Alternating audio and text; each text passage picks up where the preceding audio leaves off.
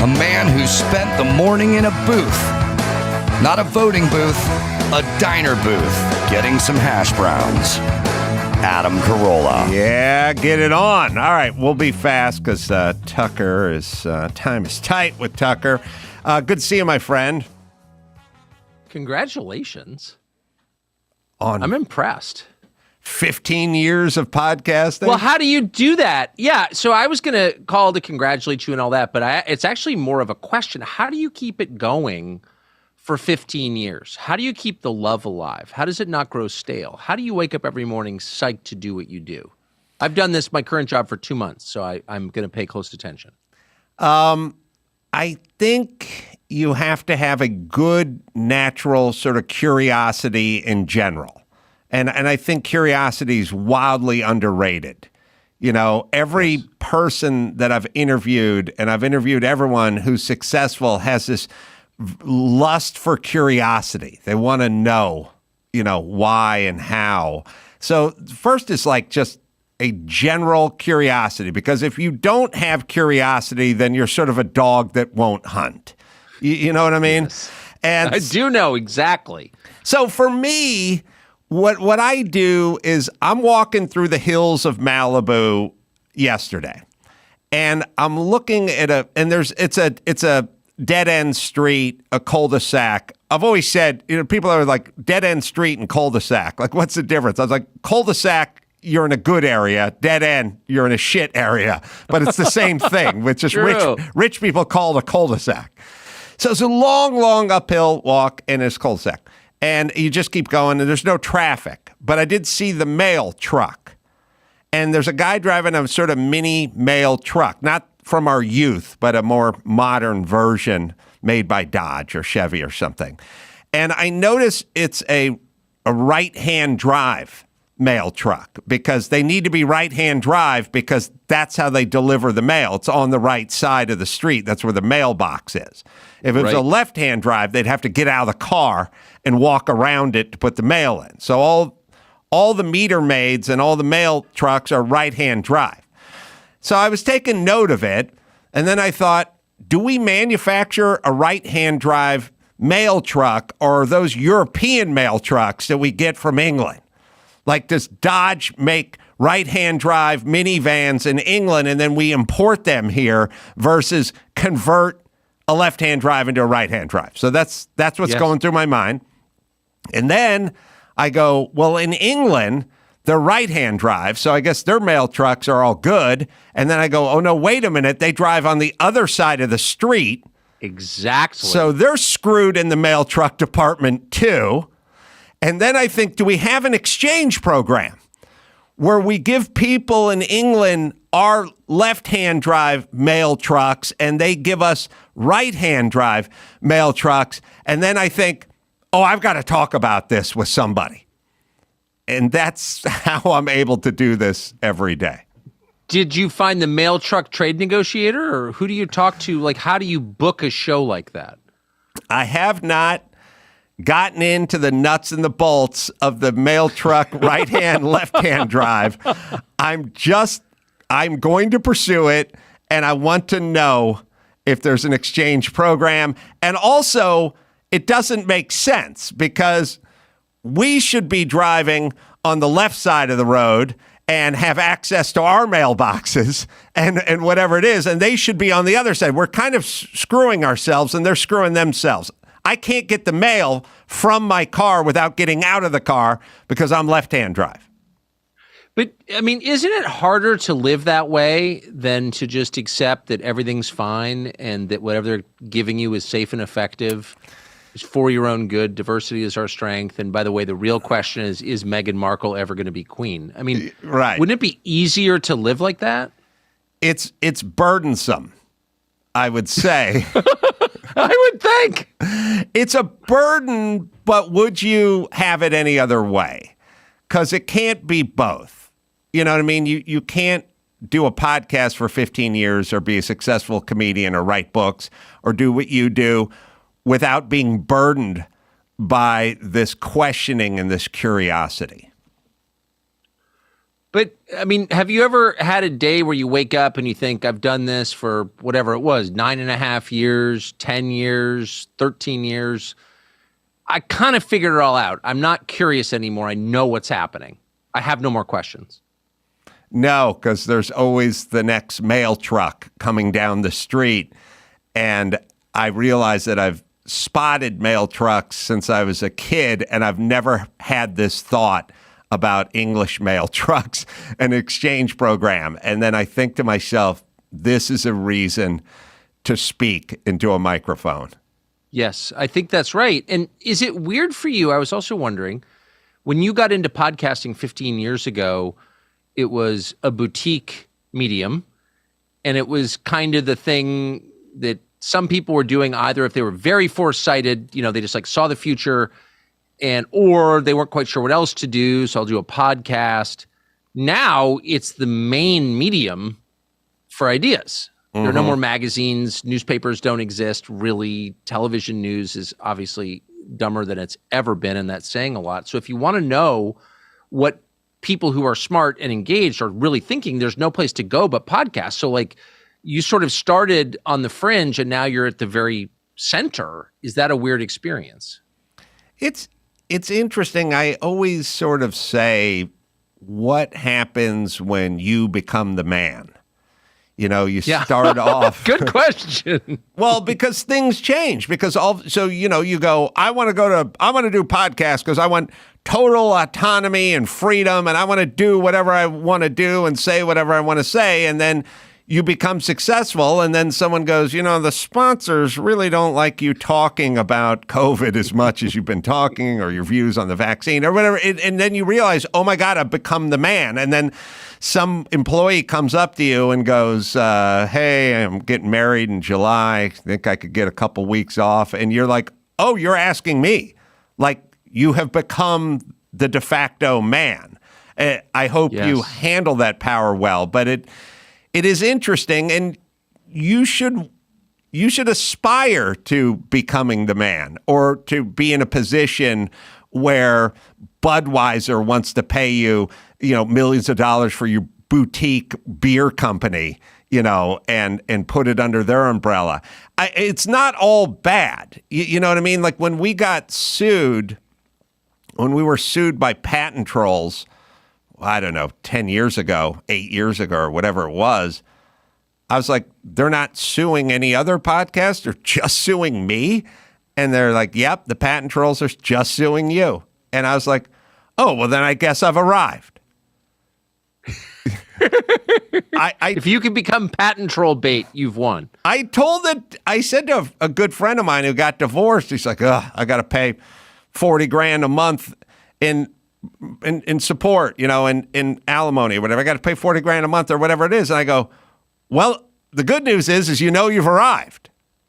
Yes, you know what I mean? Like Jim Carolla, my dad, couldn't afford $14 a month when he got divorced. So, there's some good that comes along with divorce, being the man, being sued by patent trolls, I don't know if I want to be the man. I want to be the biblical patriarch.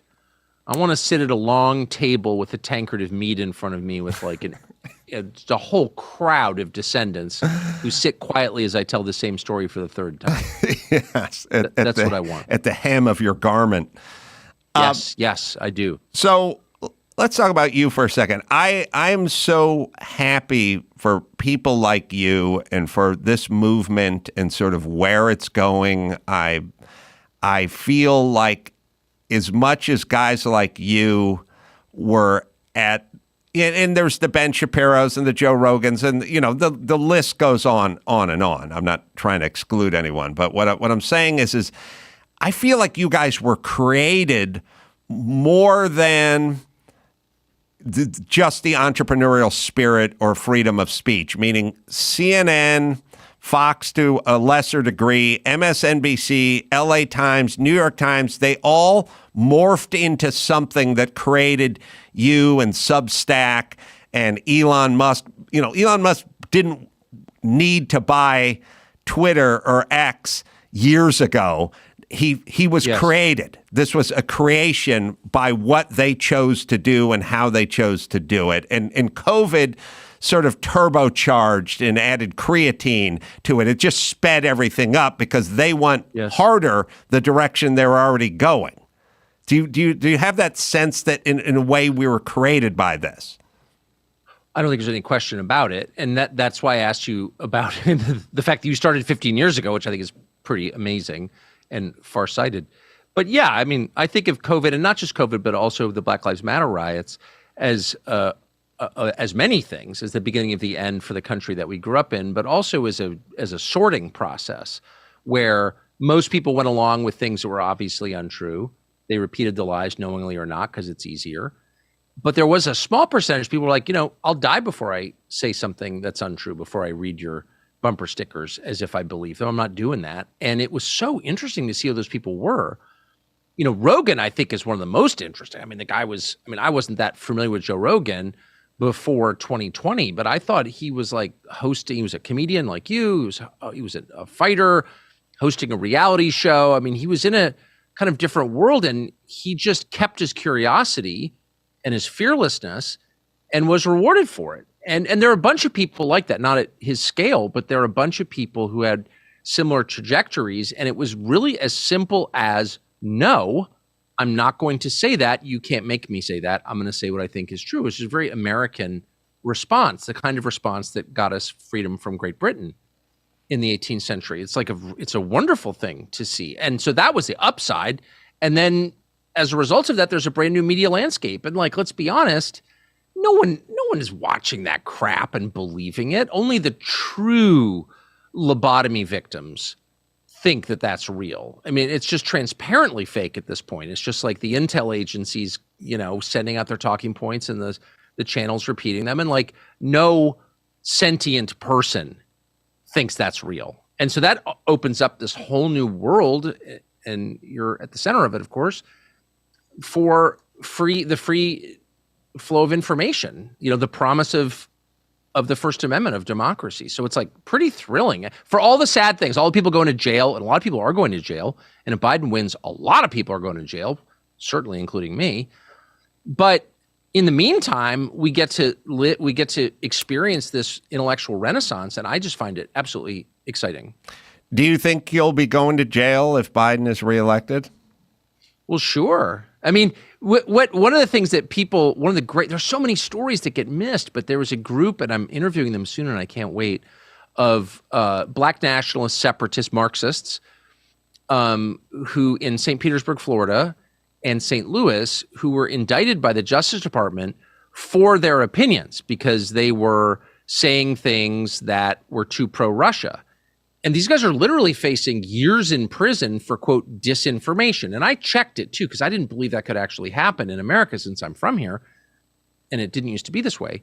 They didn't do anything. They weren't caught with bomb-making materials or kiddie porn or the usual setup stories that they concoct in order to justify putting thought criminals in prison. These guys just flat out are indicted and are going on trial for repeating disinformation, for saying things that the regime doesn't like.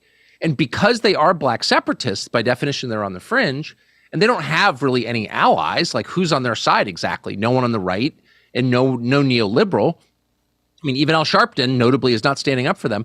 These guys have basically not been defended. They've got some old-fashioned left-wing First Amendment lawyer, God bless him, defending them, but no one else has stood up for them at all. And so I'm interested in it, not because I'm a Black separatist, of course, or a communist, obviously, but because I believe in speech and I'm an American. And right. So it happens to those guys first. That's just true. I'm sorry. First they came for the Black separatists. That's just real. Right. And so, yeah, I'm concerned for sure. What, they start trotting out things like Christian nationalists, and they just make up a term. And then once they make up the term, then it's a sort of thing where it's I made it all the way through junior high and high school, and I never heard about being on the spectrum for any disease or any anything that could be assigned to you. So, You didn't have gluten intolerance or ADHD? Not an option.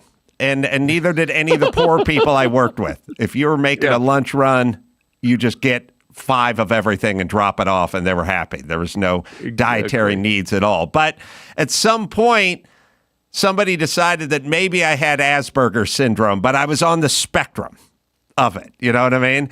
And so what they do is they introduce something, Asperger's, and you go, what the fuck is Asperger's syndrome? They go, oh, it exists. Yes. And then you go, oh, okay. And then they go, and you're on the spectrum. And you go, me? What do I do? Oh, what are some of the things? Well, you do this. You talk. When you talk, sometimes you close your eyes, or when you're thinking, or whatever it is. And I think they do this. They go, Christian nationalist. And you go, I don't know what that is. They go, oh, it's a big deal. And then you go, well, what is it? And then they go, oh, you're on the spectrum. Like you may not be, leading the march to the Christian Nationalist Church, but you embody many of the things. There's a lot of COVID deniers in that group. There are a lot of people are questioning the election. There's a lot of people that are Trump supporters in that group. There's a lot of people that don't want to be engaged in foreign wars in that group. And you go, oh, so I'm in that group? Yeah, you're in that. Everyone who disagrees with them is in this group. And then they've announced that we need to stop this group. So de facto, you're in their pool. I think that's the game. Well, you're in the majority, too. And what they hate is the majority. Right. What's so interesting is that these are the defenders of democracy, which by definition is a majority rule system. Doesn't mean you ignore the rights of the minority. You don't. You protect them. But the majority decides how the country is governed. That is democracy. That's the definition. And there are different mechanisms for doing that. Ours is representative. But the idea never changes. The majority rules. And you can't be ruled by a minority in a democracy, or it's not a democracy. And yet their attacks are all on the majority of Americans, on white people, on Christians. Christian nationalism is a meaningless marketing phrase. It's Christians. They don't like Christians. People who are sincerely Christians. They hate them, actually. And that's what, the trans stuff is about. When did everyone fall in love with trannies? I don't know. And of course they're not in love with trannies. They're a useful device for finding out, just like the vax, just like BLM, for finding out who's on whose team. So if you wave a tranny in someone's face and the person runs away, that's probably a Christian. Same with the vax, right? Who's got high testosterone levels? Anyone who's not going to take it. So we got to get them out of here because they're a threat. So, but what's so interesting is every sort of despised minority in America right now, officially despised, is actually the majority. Right. And that's how you know that it's a subversion of the country. It's a takeover of the country. And of course, they're trying to change who lives here. So, what constitutes a majority is very much up in the air right now. And that's the whole point of the invasion underway, obviously. But it's just, no one ever points that out. Really, you're attacking Christians? I mean, that's at least the plurality in the United States. It historically has been the majority since the very first day, the overwhelming majority. And they're the problem? Maybe you're the problem, actually. And that's just the last thing I would say. It's the one thing these people are good at, it's not maintaining a power grid. It's not fixing your sink. It's not, figuring out what kind of car you should drive. They don't know anything about the physical world. The only thing they're good at, they're incompetent. That's why they're part of these organizations, so they can hide their incompetence. The only thing they're good at is seizing the high ground rhetorically. Right. Is coming at you so hard and so fast from so many different directions with ruthless aggression that you, for a moment, a split second, begin to doubt that you're right. I can't believe, white silence is violence. Right. What? Right. What are you even talking about? White silence is violence. And you're like, okay, white silence is violence. And somehow these people in possession of the least defensible positions, hey, let's take our borders down. Let's get rid of the cops. Let's sexually mutilate your children. There's no defending those positions, any of them, but they find themselves with the whip hand because you're beaten down by their moral aggression. The most immoral people moralize the most aggressively. It's like an amazing mindfuck. I think. No, it is. And it's basically two people in an elevator and the guy next to you farts and then he just looks at you and goes, why did you fart? And then you're disgusting. I can't. No, it's worse than that. Well, it's like I'm calling building security. That's an assault. Right. And then at some point, a third person enters the elevator and they go, that guy just farted in this elevator. And you're like, wow, this is amazing what you're doing. This and by the way, it should be admired at some level that you're able to take the craziest batshit ideas and bully people into agreeing with insanity for fear of being deplatformed or fired or shunned, even at the dinner table with their teenage kids, right? Well, that's it. It's the shunning part. It's not. Yes. I do think that's really the fulcrum here. That's how they get away with it. That's the impulse that is very easy to control in people. The fear of being shunned, of being cast out of the group, put on the ice floe away from the tribe.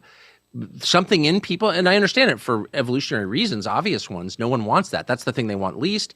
And if you threaten that, like you can't come to Thanksgiving dinner because you didn't get the vax, people will get the vax. Like that's a bigger threat than getting fired for most people. Yes, I think. Shunned is a universal.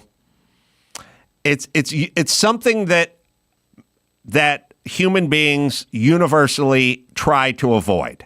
It's not. It's like some human beings enjoy the taste of poi, and some of them like chicken liver. But many don't, and can be vocal about it. But shunning it cuts to the universal core of humanity, and that's why it's it's an effective weapon, and that's why it's trotted out.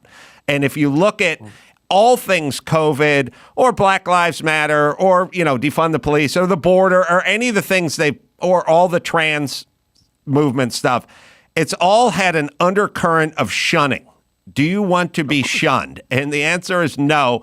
So then you must go along with 2 + 2 = 5. And most people go, if that's what it takes not to be shunned, then I will agree with you that 2 + 2 = 5.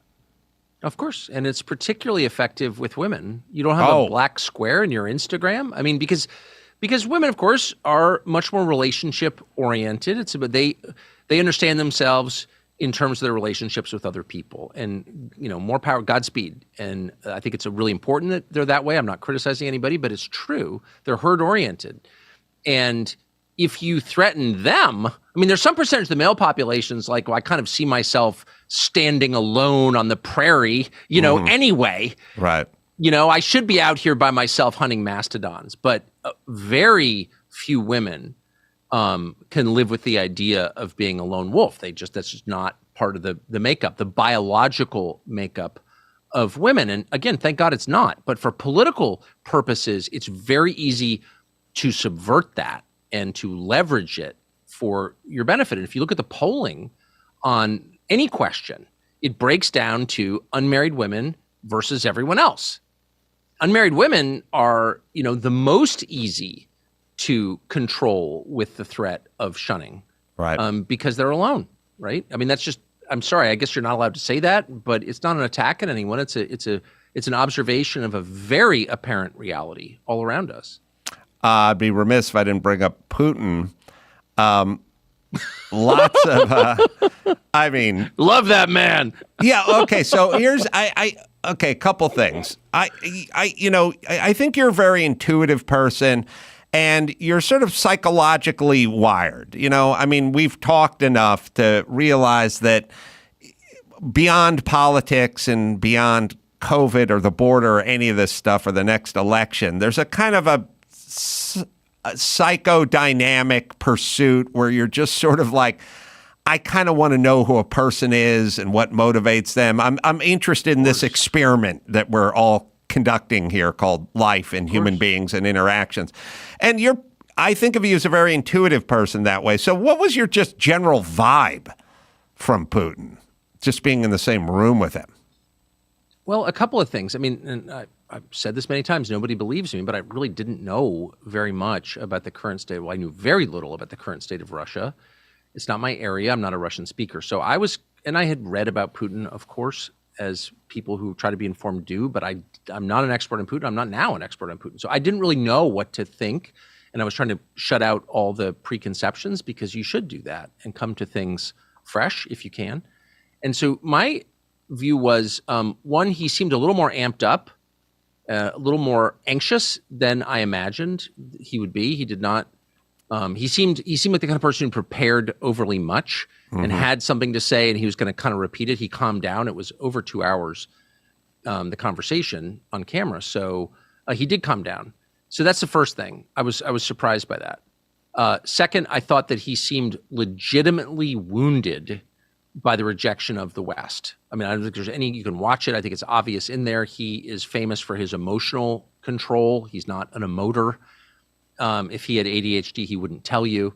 But what did come through for sure is that his feelings were, I don't know if feelings were hurt. He was stung by the rejection of the West. And I certainly understand why the West has rejected Russia. It doesn't want anything to do with Russia. He asked to join NATO. He asked to join in a joint missile treaty with the United States, and let's aim all our missiles at Iran. He pitched this to George W. Bush, who accepted it, and then Condi Rice, one of the dumbest people in American foreign policy, convinced him that, no, we have to hate Russia. And so from his perspective, it's like, well, why? Why wouldn't it be better to be allies? You know, why are you trying to put nuclear weapons on my border? These are real questions, and it's not enough to dismiss anyone who asked them as a tool of Russia. Of course, I'm not a tool of Russia. I'm an American in every sense. And in fact, I'm so American that I forced myself to go to Russia at my own expense, booked it myself to the interview because I have a right to do it. And I think it's important to preserve that right by exercising it. I have a right to speak to anyone I want and to gather any information I feel I need in order to make decisions about how my government's performing, because it's a democracy. Okay, that's my opinion. So I'm very American. But I look at this and I'm like, what's the answer? Why, if Russia asked to join NATO 24 years ago, why couldn't they join NATO? And if they want to join in a missile agreement with us to protect our mutual interests from Iran, why did we turn them down? And why are we expanding NATO eastward?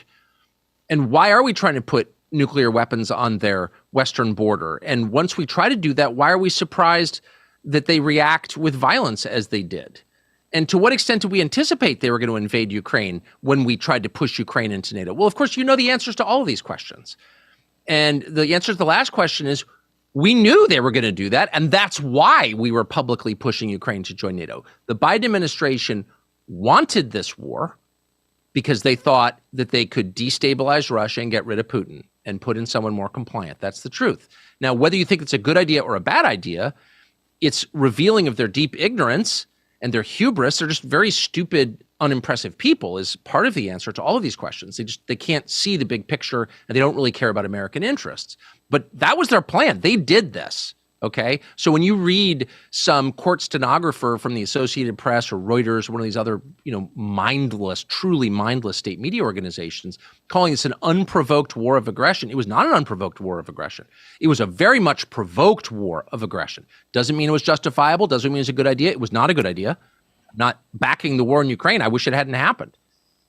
But it was provoked, and it was provoked by the Biden administration and by the Vice President of the United States, Kamala Harris, whatever we're calling her now, Harris, at the Munich Security Conference when she said at a press conference, we want you, Zelensky, to join NATO. And days later, Russia moved over the border.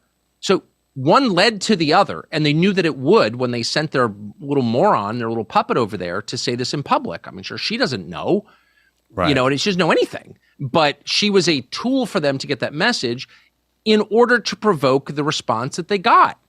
And there's kind of no debate about that, actually, at this point. No honest person can look at the facts and reach another conclusion, in my opinion. And if they can, then what's the other conclusion? Tell me how I'm wrong. But no one will ever tell you how you're wrong. They just try to assassinate your character or try and kill you, like they did to Gonzalo Lira, an American citizen murdered in Ukraine by the Ukrainian government with the backing of the Biden administration because he complained. Wasn't there an attempt on you? Wasn't there a car bomb or something?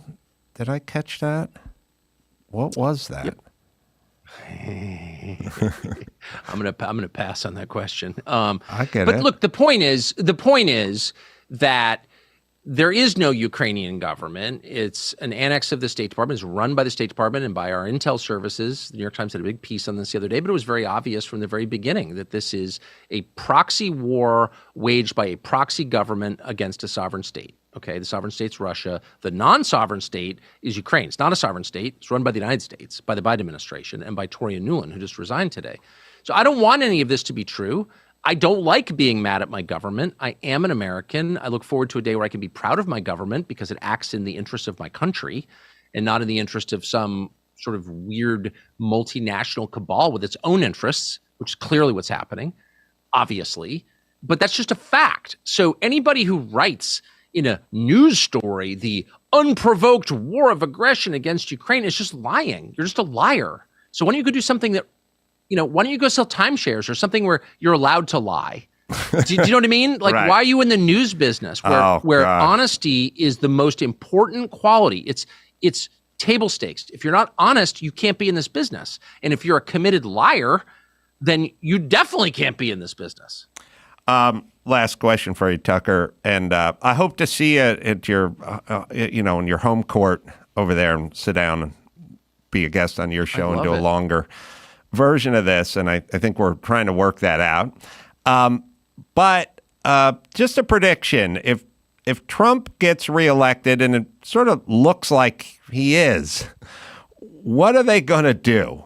I mean, what can we look forward to? Because there's already been plans on the table to literally get out in the street and fight it out by certain organizations. And they're not talking about with Twitter. They're talking about taking to the streets. I mean, is it going to be chaos? Is it going to be some anarchy? Or what are they going to do? We know they're not going to quietly go into the night and start preparing for the next election. There's going to be something. And what is that going to look like? I don't know. I mean, I should just state my strong preference up front, which is continuity, sameness, normalcy. The system operates as designed, where the people get to decide who their leaders are. There's no cheating. They're planning to cheat. Obviously, they said that out loud a couple of days ago when the Attorney General announced in Selma, Alabama, that voter ID is racist. Right. I always love that. Racist, right? Because black people don't have voter ID is racist, but a cashless society in which you have to have a credit card in order to live, that's not racist. Right. Because you get a credit card without an ID. Okay. The whole thing is nonsensical. So they're going to try and cheat. They've told us that. I hope they fail. But at that point, they have two options. One, sort of like try to subvert Trump, keep the same policies in place, call him something else, keep the border open, keep the tax code the same, everything, the big things remain the same. They can try that. They tried that last time, and they're pretty successful, actually, in doing that. Or they can get super radical. And, again, I'm not hoping for this, but there are millions of young men from foreign countries, not American, don't speak English, living in our country now. And no one has told us why they're here, why the U.S. government has paid to bring them here, which it has. Our tax dollars have brought them here by plane or up the Pan American Highway through the Darien Gap to here. That's a fact. Alejandro Mayorkas has been a part of that effort. So we're paying to bring millions of military-age young men to the United States where they now reside. There are no jobs for them, and we can't afford to give them the services that we give our own citizens because we're already bankrupt. So what is the point of this? No one's trying to integrate them into American society. There's no more melting pot. We're not trying to make them Americans. So why are we doing this? And, I don't know the answer to that, but I hope that violence isn't part of the calculation. And I think that it very well could be. I mean, these people applauded when Ashley Babbitt, who's 5'2" and unarmed, was shot to death by Michael Byrd without any warning at all. They just murdered her right in the Capitol. And Morning Joe gave them a round of applause and said, I wish they'd killed more. And so these are people who are pro-violence. They were pro-murdering Ashley Babbitt. That's all you need to know. Well, and on the subject of who farted in the elevator, there was one shot fired on January 6th. One, and you're calling it an armed insurrection, and there was one shot fired, and it was fired by a Capitol Hill police officer killing a midget woman, a diminutive woman. And you're going to spin that into an armed insurrection. And we'll call that guy a hero, and we'll lock up everyone else who wandered through the halls and throw away the key, and this guy will get no punishment, and no one at Morning Joe or CNN and none of the people that never stop talking about police violence will ever bring it up. Well, how could you watch the tape of Ashley Babbitt drowning in her own blood and feel anything but sadness? But they didn't feel sadness. I watched that tape. It was the first thing I watched on that day, on January 6, 2021. It was the first thing I watched. I had no idea who she was or why she was shot. And the first thing I felt was sadness as the father of daughters, as someone who loves other people, just likes people, doesn't like to see people die from gunshot wounds. I felt sadness. That was not their response. Their first response was she deserved it, without even knowing. It turns out she didn't deserve it at all. But leaving aside any of that, their gut response was she deserved it. So anyone who approaches videotape of a woman dying of a gunshot wound and applauds is someone who's going to be very comfortable using force against fellow Americans, because they've already shown that they're comfortable with it. So they're dangerous, is what I'm saying, and I mean that. A sober note to go out on. Sorry. I want to give you a plug, though. Tucker on X and the show streaming on X, Tucker Carlson Network as well, tuckercarlson.com. It brings me great joy to see all the people that broke away from the plantation and are not only free, but thriving and free. And it gives me hope for the future, and I hope I can come see it soon at your home base. You were there first, man. 15 years. Congratulations, Adam. Thanks, Tucker. Appreciate it. All right. Comedian Jamie Lissow is going to be in here next, and we'll do that right after this. Let me tell you about Simply Safe. According to FBI data, most home break-ins happen in broad daylight. As days get longer, you need to protect your home with Simply Safe. We've used Simply Safe here since they've been sponsors, and that's been over a decade. And when you move, you can pick up your system and take it with you. So you can have an apartment or rental or something, and then you go buy a house and you take the system with you. Named Best Home Security System of 2024 by U.S. News and World Report. Best customer service according to Newsweek. 24/7 professional monitoring for less than $1 a day. Half the cost of traditional home security. No long-term contracts. 60 days risk-free. If you don't love your system, you can return it for a full refund. Protect your home today, and my listeners get 20% off any new Simply Safe, 2 eyes in there, any new Simply Safe system, and they sign up with Fast Protect monitoring. Just visit simplysafe.com/Adam and save that 20%. It's simplysafe.com/Adam. I'm having a weird week. The other day I noticed if you watch all the Star Wars movies back to back in order and really pay close attention, you're a friggin' loser.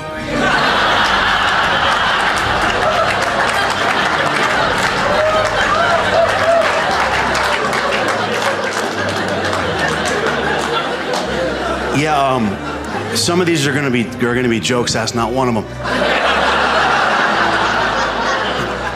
Jamie Lissow is on the Adam Carolla Show.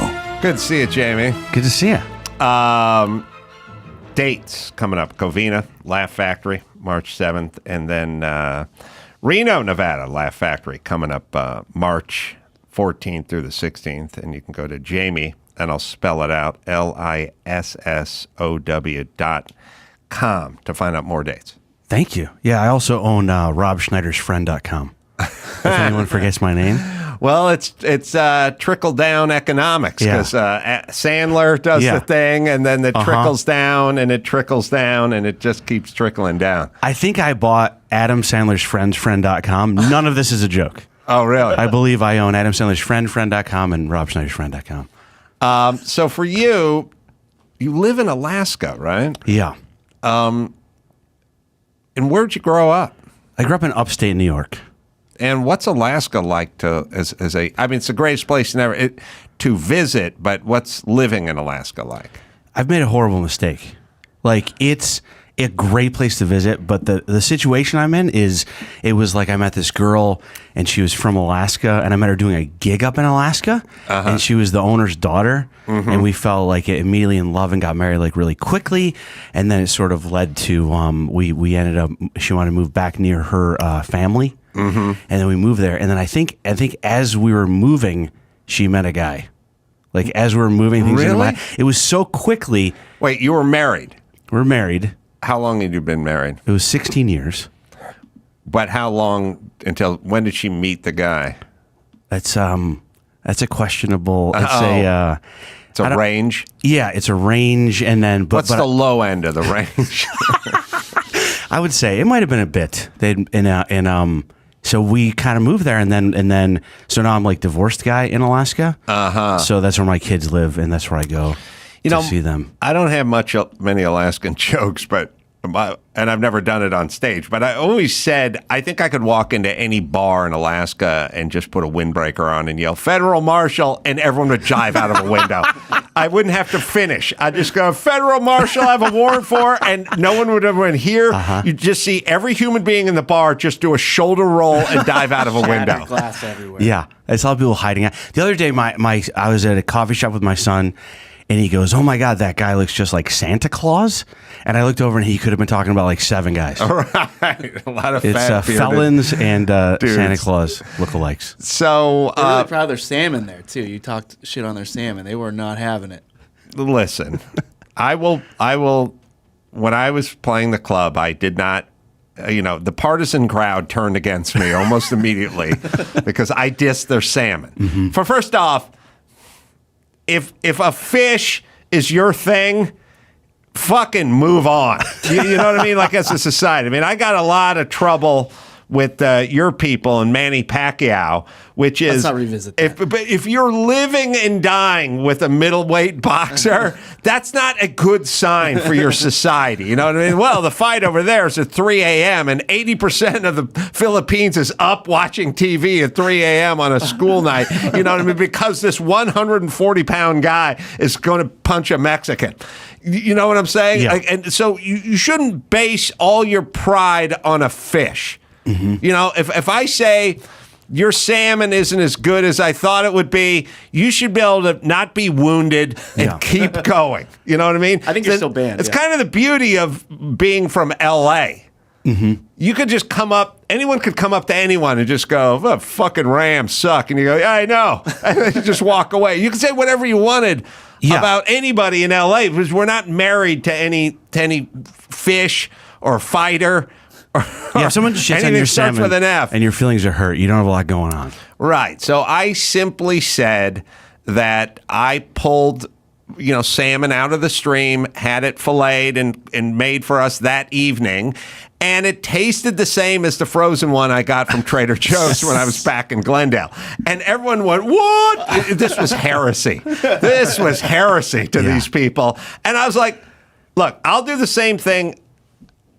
I got a jack off Hollywood buddy who does every time you go out to dinner with him, he's like, Kettle One, Kettle One, martini, shaken, not bruised, stirred, not shaken, with 1 pimento olive and 1 onion and 1 tear from a dwarf, And I'm like, you can't even fucking tell the difference between Smirnoff and Kettle One. He's, "Yes, I can. I go, "All right. I'm going to get us some shots, and we're going to figure this out." And he immediately just went, "Yeah, okay, fuck it. I can't tell the difference." And I will take those Alaskan people. I will go down to Trader Joe's. I will get myself a piece of frozen salmon, and I will prepare it with dill and love. And we'll pull one out of the stream, and we'll see if they can tell the difference. Because I couldn't. Of course, the crowd turned against me. Did you, Dawson? Did you taste the difference? Yeah, no, I did. It was unremarkable, is what it was. It tasted like salmon. It tasted exactly like salmon, and it may go to the sturdiness of the fish. Salmon have to swim upstream of a major current to go lay their eggs and die. Maybe they're just so strong that they still taste as good as they did out of the river from a Ralph's the couple weeks later. This is really more of a tip of the cap to Trader Joe's than it is an indictment over their salmon. Right. I'm the kind of person where if I said that on stage and they got upset, I would immediately fold and I would backtrack. I feel like that is not the tactic you would take. I've had people say this to me a million times. I had an Uber driver recently who gave me stickers with hearts on them.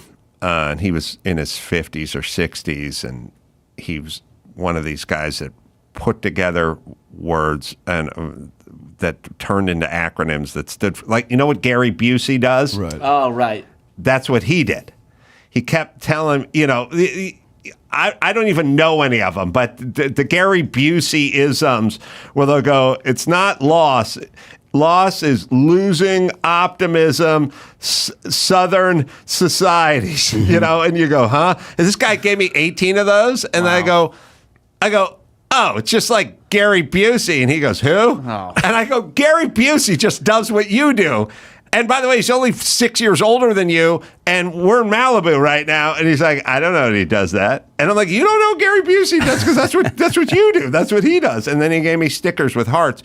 But he told me I was brave, for my stances on things. And I go, I'm not brave. It's the truth. Mm-hmm. The truth is the truth. It's not there to be negotiated or reckoned with. It's just the truth. And then you're allowed to say it. And then he goes, yeah, but that was brave. And I go, it's not brave. Right. If you're right, if it's the truth, then did he follow it up with an acronym? What was the acronym for brave? Oh, God. Brave the acronym for? Boy, really after veracity in education. Right. That's perfect. I mean, how many of those Gary Buseys of them? He has books. I don't even know. This fucking guy, it's all he did the whole Uber ride from Santa Monica to Malibu, and he had no idea that Gary Busey did that. Or maybe he was lying. Right. Maybe he knew the jig was up. Yeah, I feel like every Uber driver I've ever had is telling me about the other thing they have going on. Yeah, like they all have some sort of thing they wish they were doing. Yeah, like like some sort of like I'm opening a yoga studio. Yeah, I got this abbreviation thing going. I feel like every Uber driver I have wants me to think he's doing it just for fun.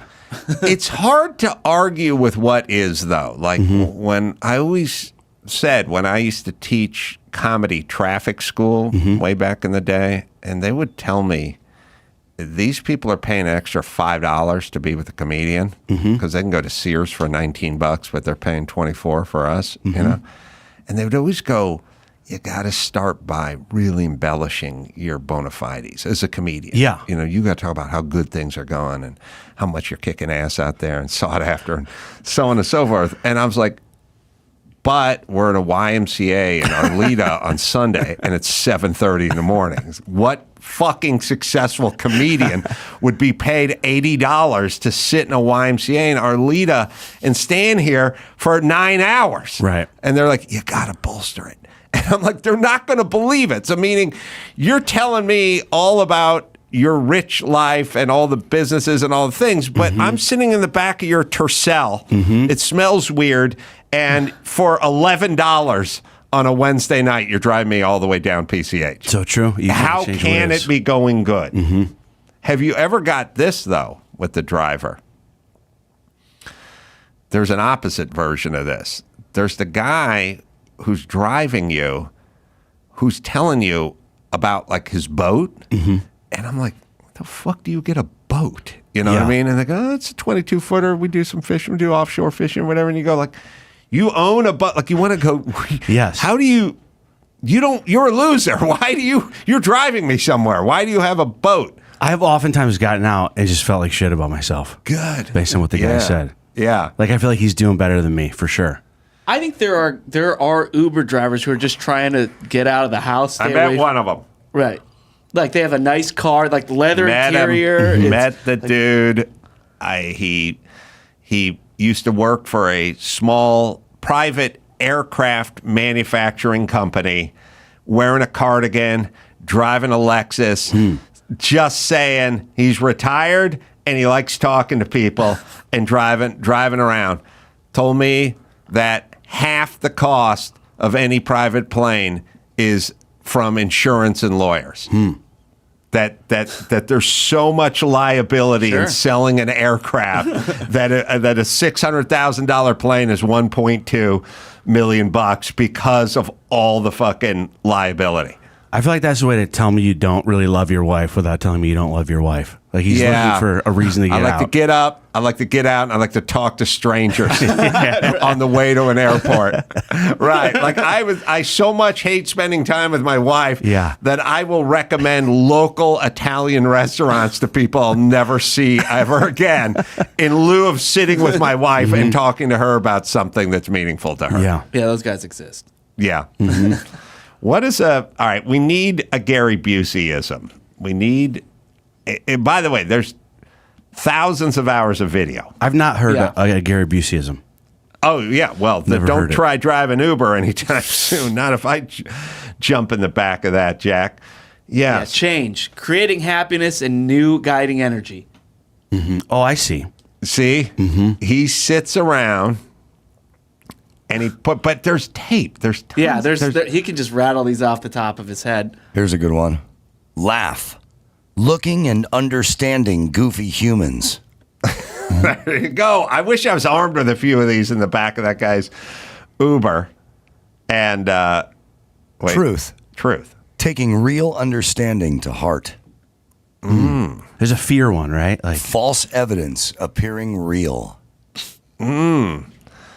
Doing a radical experiment. That's his book. He's got a book out. His book is Bible, Basic Instructions Before Leaving Earth. Now, how did this 63-year-old guy, who, by the way, told me that he once drag raced Gary Busey. That's a confusing sentence. He told me when I brought up Gary Busey, and I was like, how about the Buseyisms? Like, I don't know anything about that. But 41 years ago, I was driving down Sunset, and he pulled up next to me in a 67 Camaro, and we dragged. Like, okay, so you're pretty familiar with Gary Busey, but just not that familiar? Yeah. But you can recognize him in the car next to you. Yeah. And challenge him to who's first at the next stoplight. All right. We should know, and it should be noted that Felipe Esparza, comedian, was in here yesterday, and he broke his microphone off.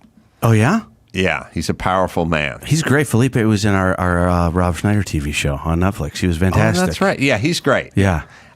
He was using a mic just like yours. I think he sort of having some trouble put with his it. hand on it, and it literally just broke. Snapped. Broke off. That's like Snap. that would be my biggest fear. Was it while you guys were talking? Yeah. It was on the... Yeah, it snapped mid-conversation. Wow. And, But then he just went like a ring announcer, when they used to come down from the ceiling. I used to like that. The only way we could get a microphone into a boxing ring is to drop it from 80 feet on a 200-foot cord. That had to be someone's job, too. Reel in the mic. Just come right down from the ceiling. Bluetooth really solved the lowered mic. Yeah. To me, it was my New Year's, the dropping of the ball. You know what I mean? Like, that meant it was fight time. That thing started coming down from the ceiling. And then you let go, it goes back If up. I was in control of the ring mic, and as the guy started talking, if I wanted him to wrap it up, I'd just start bringing it back up again. some playoff music. And then he'd start pulling it down, and I'd start pulling it back up again. And eventually, I'd just hang it like 3 foot above his head, and he'd have to go, and fighting by way of Laughlin, Nevada. Like, let's get ready. So, what the fuck was I talking about? Felipe broke the mic. Felipe broke the mic. And as soon as it broke, I said, blame Dr. Drew. Because Dr. Drew cannot stop fidgeting with the mic. He's always adjusting it. He's holding it with both hands. He cannot leave it alone. He's always in motion. No matter how much instruction, how much the pleadings of me to just leave the fucking mic alone, Drew. Just point it where your fucking mouth is and then leave it there. It says he has to lean back and then the bass comes off and he's fiddling and futzing with it. I said that yesterday. 14 hours later, Dr. Drew came in this morning to do our show together, looked at his mic, which was exactly fine, and reached his fist up and punched it down. And I'm like, oh, you definitely broke this. Like, there's a wing nut on the side that you can just loosen, adjust it to where you would like it, and then retighten it. You don't have to fight it off. I said, like, Dr. Drew, in your car, when the valet brings it back and the seat's too far forward, do you get and push your feet against the dashboard and like mash it back? Or do you use the fucking switch? You have to get a lowered mic for Drew. Well, bring it down from the ceiling. Right. Oh, he would end up hanging himself with it. He'd be wrestling. He'd be struggling. That's where we'd find him. And then you know what I'd do if I found him hanging? I'd show up before I call the cops. I'd pull his pants down. And I'd put his hand on his dick. And then I would call the cops. And I'd go bring the cameras in. Because Dr. Drew definitely died doing autoerotic asphyxiation. This is how I found him.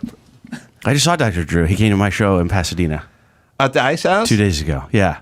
Oh, he did? Yeah, brought his wife. Came to watch the show. Did he rush the stage and punch the mic a few times, or did he just sit? Yeah, I go, how do you lower this mic stand? He came up and just snapped it in half over his knee.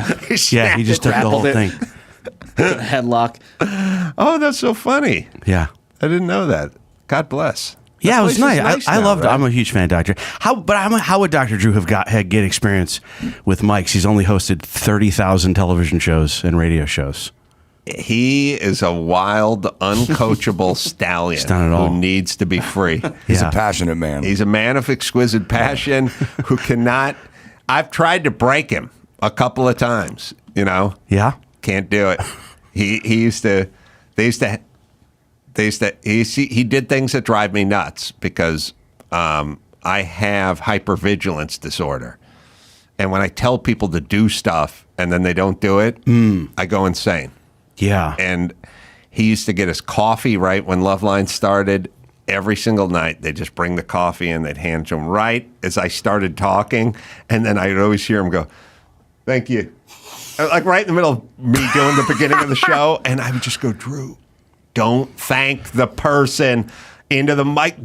No one knows who you're talking to. nod You can't would be do nice. that." Would he press just do the mug raise, something. Thumbs or up, tip of the cap. Would he press a button to make coffee, or would he try to wring it out, the whole machine? Would he lift it up and just try to squeeze it? He breaks every device. He pulled his steering wheel off the other day trying to drive. You should see him golf.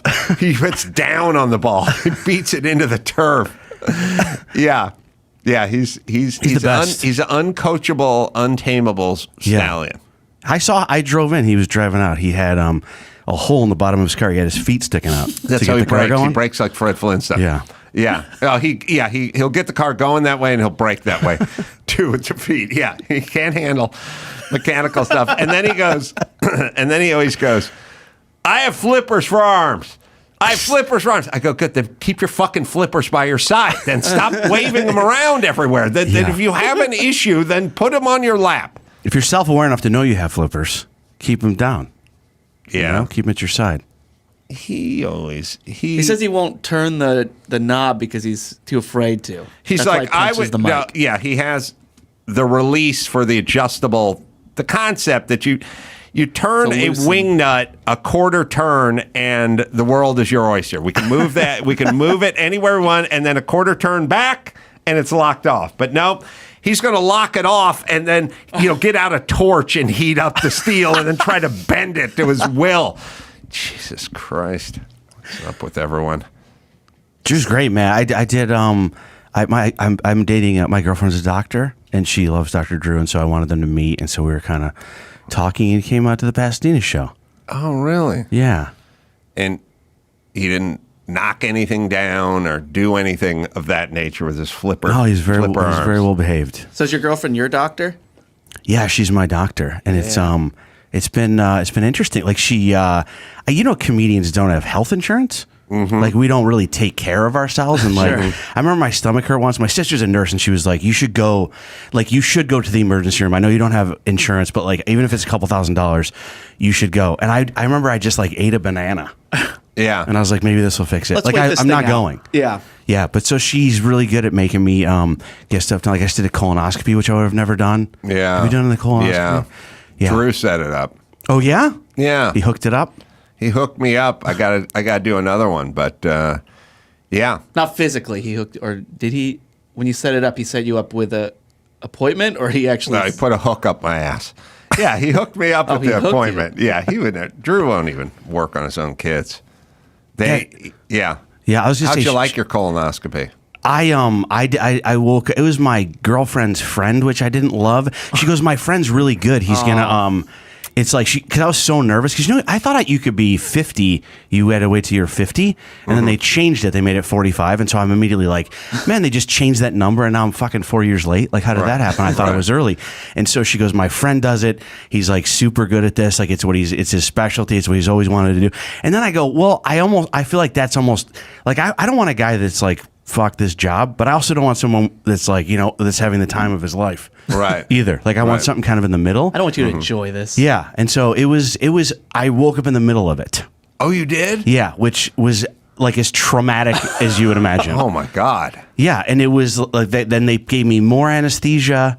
And so then like when I left I had like a whole day of like that night she goes, man, she goes, thanks for all that stuff, like all the stuff you bought me. And I had no memory. We'd gone like shopping and I bought her a bunch of stuff. And then I go, I got to call my manager. We had a bunch of like contracts to go over. And she goes, you did that at lunch. Like you stepped out and did. So I had a few things where I don't remember anything that happened. But with that medicine, you think it's not like you're drunk and you feel like you absolutely are in control of your faculties and you're just not. So it's even more dangerous. Yeah. That's the Michael Jackson situation. Yeah. He got the Jesus juice. Or what do they call it? What is that? Mother's milk? What do they call mother's it? milk. Yeah, that one's mother's milk. But it's, what is the medication? You guys know it. It's a Propofol. Propofol. Yeah, there's too many. COVID got too many new names in my head. Yeah. No, I think they give you a little fentanyl for the colonoscopy, which I know that gets a bad rap on the street, but it worked. Wow, it's funny. It got into this country up someone's ass. Yeah. Now it's come full circle. Wow. Oh, that's good to know. I think I have mine scheduled for end of March. And the only thing I was hoping, because I've heard you tell your stories, that they put you under a little bit and you make friends with the anesthesiologist. And that's the only thing I'm excited about. It's good. Is, Propofol's awesome. Get really high. Oh, Propofol's is awesome. Yeah. You're going to love it, Dawson. All right, something I haven't gotten to in a long while, but I feel Jamie would be good for this. So the RFK Night of Laughter benefit that we did a couple of weeks ago, the LA Times wrote an article. Yeah, this is a great event. Cheryl Hines was there. Trey Stewart, Dustin Ibarra, Erica Rhodes, Mike Binder, Jeremy Piven, Adam Carolla, and Rob Schneider, and Jamie Lissow's friend. You're right.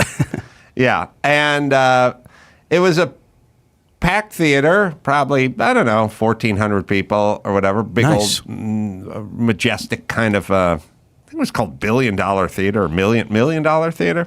Anyway, it was a night. It was a nice night. RFK Jr. was great. Cheryl Hines were great. Everyone. Oftentimes, these kind of gigs, you're a little worried about the crowd. Mm-hmm, sure. You know what I mean? Oh, yeah. Everybody killed. All the comedians killed. The crowd was great. I was like worried about being a little too edgy or something, you know. I didn't know. Because RFK Jr., he's a regal-looking guy. So he's a Kennedy, for Christ's sake. And he's just sitting in the front row, and I'm just, telling my jokes, and I was like... And somebody said, let's see, Mike Binder just said, just go for it. Just go for it. Just fucking go for it. And I was like, okay, I'll just go for it. And I would say, I think I'm realistic. I'll tell you the nights that were good and the nights that weren't good. I will tell you I crushed, and everybody else was good. But I'll give myself the crushing designation on this. I thought Rob actually called me the next day just to talk about how much you crushed. That's why he called me. Awesome. RFK laughing the whole time? Yeah, everyone was great. RFK called me the next day, told me all the good stuff, and it was a good night. Now, the LA Times has to write an article about it. Well, they have to report the event. And it's a very nuanced and insightful take. Right. So I'm thinking to myself, well, they're not going to like it. And they're not going to like it. And I'm not sure. I don't even know who they decide to like and who they decide to not like. Did you know that they were even there? Or somebody? No, I didn't. I didn't know. Lots of security and lots of camaraderie, and the comedians were all great. And they hung out and watched everyone's set and all that kind of stuff. And everyone did real good. And it was a good audience. a real good audience and a real good night. Like everybody was solid as shit and got tons of laughs. And way over expectations because, night of comedy with the charity and stuff, it's just normally you never know. People are fucking eating and their backs walking in and out and stuff. I mean, sure. It was as good as it could have went. Everybody had their own, kind of style. And I was like, well, the LA Times has to hate this. And they have to hate it, A, because I was involved with it, and B, they don't like Kennedy, even though I don't know why, but I guess they think he's going to take votes away from Biden. And what do I say to everybody who's like, oh, I hate Kennedy, and I hate Trump, or I hate whoever. Do you love Joe Biden? Do you love the lying, inept, corrupt, horrible policy-laden, decrepit fucking sociopath? Like, is that's your LA Times? This is your guy? Who do you love? Like, this is your guy. Let's talk about your guy. Let's talk about why you love your guy so much. I know you keep telling me he's not the other guy. A lot of haterade. He's not Trump and he's not Kennedy, but let's talk about what kind of job your guy's doing. Should we talk about the border? Do you want to talk about Ukraine? What do we want the economy? Like, what do we want to talk about? Let's talk about your guy. But they're all in for Biden, and so they hate Kennedy. And I was looking at it, and I was like, okay, but the New York Times is going to have, the LA Times is going to have a little bit of a difficult putt here. Because I'm looking down on this list, and Trey Stewart is black. Oh. That's going to be an issue. They can't say he sucks. You know what I mean? Okay. And Erica Rhodes is a woman, so that's going to be weird. And Dustin Ybarra is, I think, Hispanic or some version of it. So now you have your protected class, LA Times, and you can't just go, all the comedians sucked, but you do want to say the night sucked. How are you going to carve this out? How you can't say the black guy sucked, or you can't go all the comedians suck because you're colluding women and Hispanics and black people, and you've taken an oath to never criticize any of them. So what? This is a challenge. What are we going to do here? So you can read it, and it's funny. They make a little carve out. A comedy show where RFK Jr. was not the butt of the joke. Okay. Prominent anti-vaxxer and misinformation disseminator Robert F. Kennedy Jr. Misinformation disseminator. Like the LA Times wasn't wrong about every motherfucking thing about COVID. Everything. It's the first two words are a good complisalt. Prominent anti-vaxxer. And misinformation. Yeah. All right. Yeah. They didn't get anything wrong. Has been the butt of many late-night jokes since announcing his bid for the presidency last spring. But this week, the son of the late Robert Kennedy finally found an audience to laugh with him, not at him. By the way, notice how he's Robert Kennedy now and no longer Bobby Kennedy. Oh, that's right.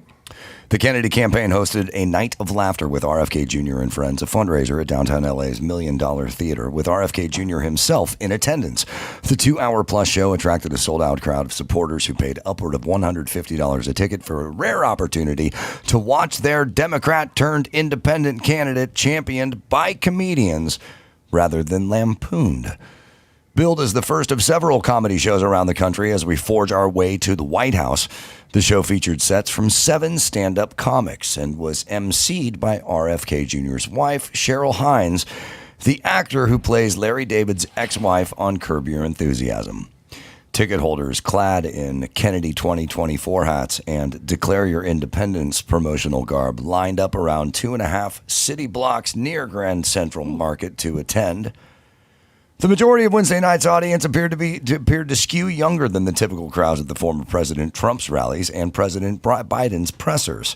The RFK Jr. devotees, mostly white men and women in their 30s and 40s, packed into the small lobby of the historic venue, taking selfies next to cleverly designed reimaginations of classic movie posters with Kennedy's image. There he was in the leather jacket for Rebel with a Cause. Rebel with a Cause. Okay. Mm-hmm, yeah. On a rearing stallion for the Lone Ranger, and so on. Folks willing to speak to the mainstream media one of many nefarious enemies on Kennedy's list, said they were registered Republicans who'd voted for Trump in the last election but were seeking change, and someone younger. And Bobby, as they call him, is 70, so he's a mere pup next to Biden and Trump. But aside from the oddball positioning of the fundraising event itself, was it actually funny? Not particularly. Except for everybody crushed. Everybody. Except the laughter. Yeah, except for all the laughter. Yeah. Openers, Trey Stewart, Dustin Ibarra, Okay. and Erica Rhodes. Let's hear it. Fared better than the older. Oh, you have to, don't you? You have to, LA Times. You have to carve out. Congrats to them. But you can't see. This is very interesting dance they're forced to do. Now, they could just fucking show up and review something. Right. And I've had this complaint many times on a shit review. I feel like you're compelled to say if the night was rock and roll. I mean, it was rock and roll laughter out big time. I think when you review that, you can say, not my cup of tea. Sure. I don't particularly like this brand of humor, but the audience did enjoy it. The audience, lots of laughs from the audience. Sure. But you can't do that because you're the LA Times. They're lying. You have to lie. You have to lie. So you take a raucous night of fucking big time laughter where, by the way, I'm not blowing smoke up my own ass, but I definitely crushed.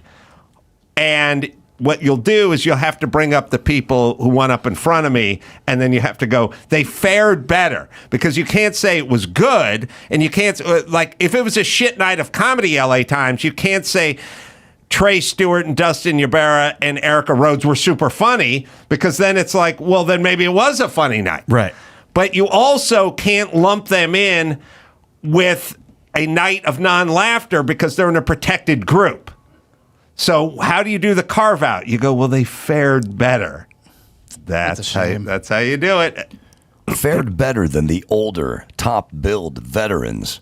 Simply because they delivered material that wasn't based in the GHW, Bush, Clinton, GW Bush era. All right, we got it. Yeah. It was a fucking, they have to call it a bad night, but they got to carve out their protected kids. That's what I like. Also, they're the most predictable entity in the world. The Rolling Stone magazine is the most predictable, and then LA Times. I can tell you exactly what they're going to think of everything before they review anything, which is not what you really want if you're a news organization. Right. That would be infuriating, too, as a comedian. That is objective, and Schneider, too. He kills. I've seen him on the road. That would be infuriating that somebody...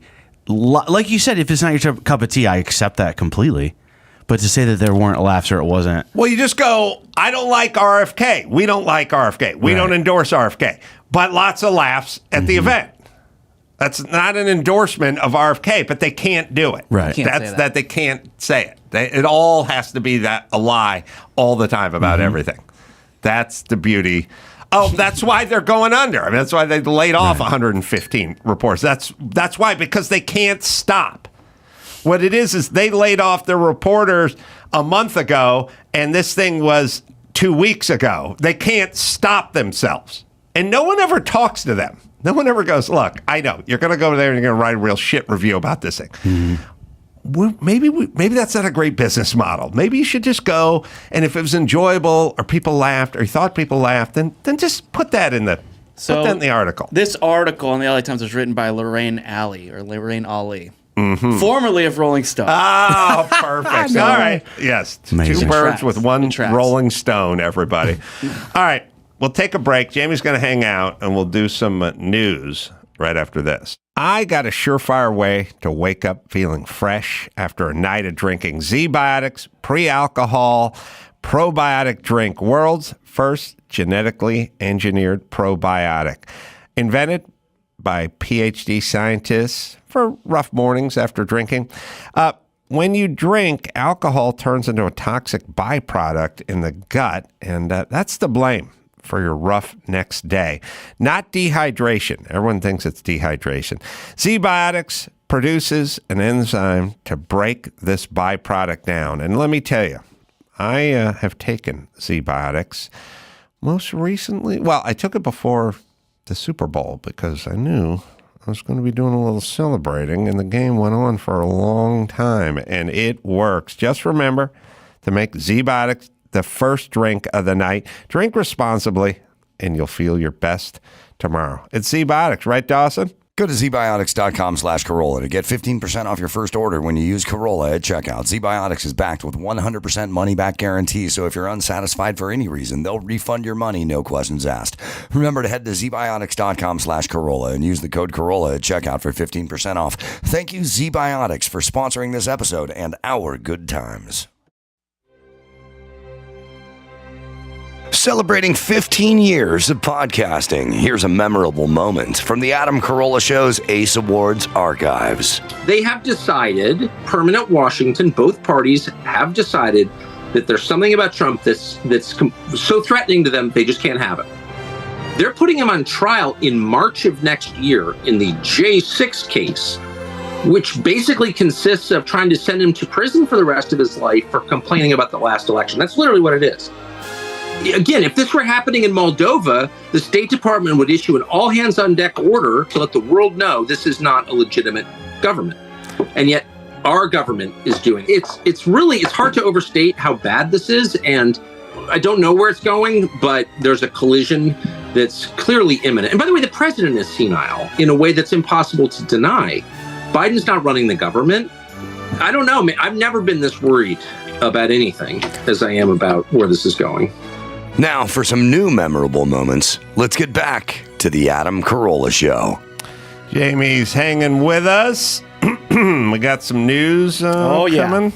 So there is a Spanish-Dutch artist who is set to marry an AI hologram this summer. Wow. Yeah, it's on. Here we go. It's on. Yeah, so it's going to be, according to them, a unique ceremony. This AI hologram was trained on data related to her previous romantic partners. But she also had a previous relationship with a mannequin named Pierre. So I guess she's trying to break the pattern and go AI. Yeah. I don't trust any artists anymore. I would have been fine with artists, hundreds of years ago, like the Dutch masters and stuff like that. When I was young, if someone said artist, you were like, oh, someone can paint a hand that almost looks real, whatever. Now it's always just some fucking nut job. Yoko Ono's an artist. You know what I mean? Everyone's, I did piss Christ. I put Christ in a tumbler and pissed in it, and I put it in a museum. Like, I don't trust artists anymore. If someone tells me, I'm at a party and someone goes, I'm an artist, I'm going to think you're a nut job unless you can fucking sketch me something right now. Now, see that bowl of fruit over there, dude? Go. Yeah, go. And then we can continue this, because otherwise I don't think you're a nut job wants to marry a hologram. You should have to do that first. Like, there was a lady who did an exhibit where people would just sit across from her and she would just look at them.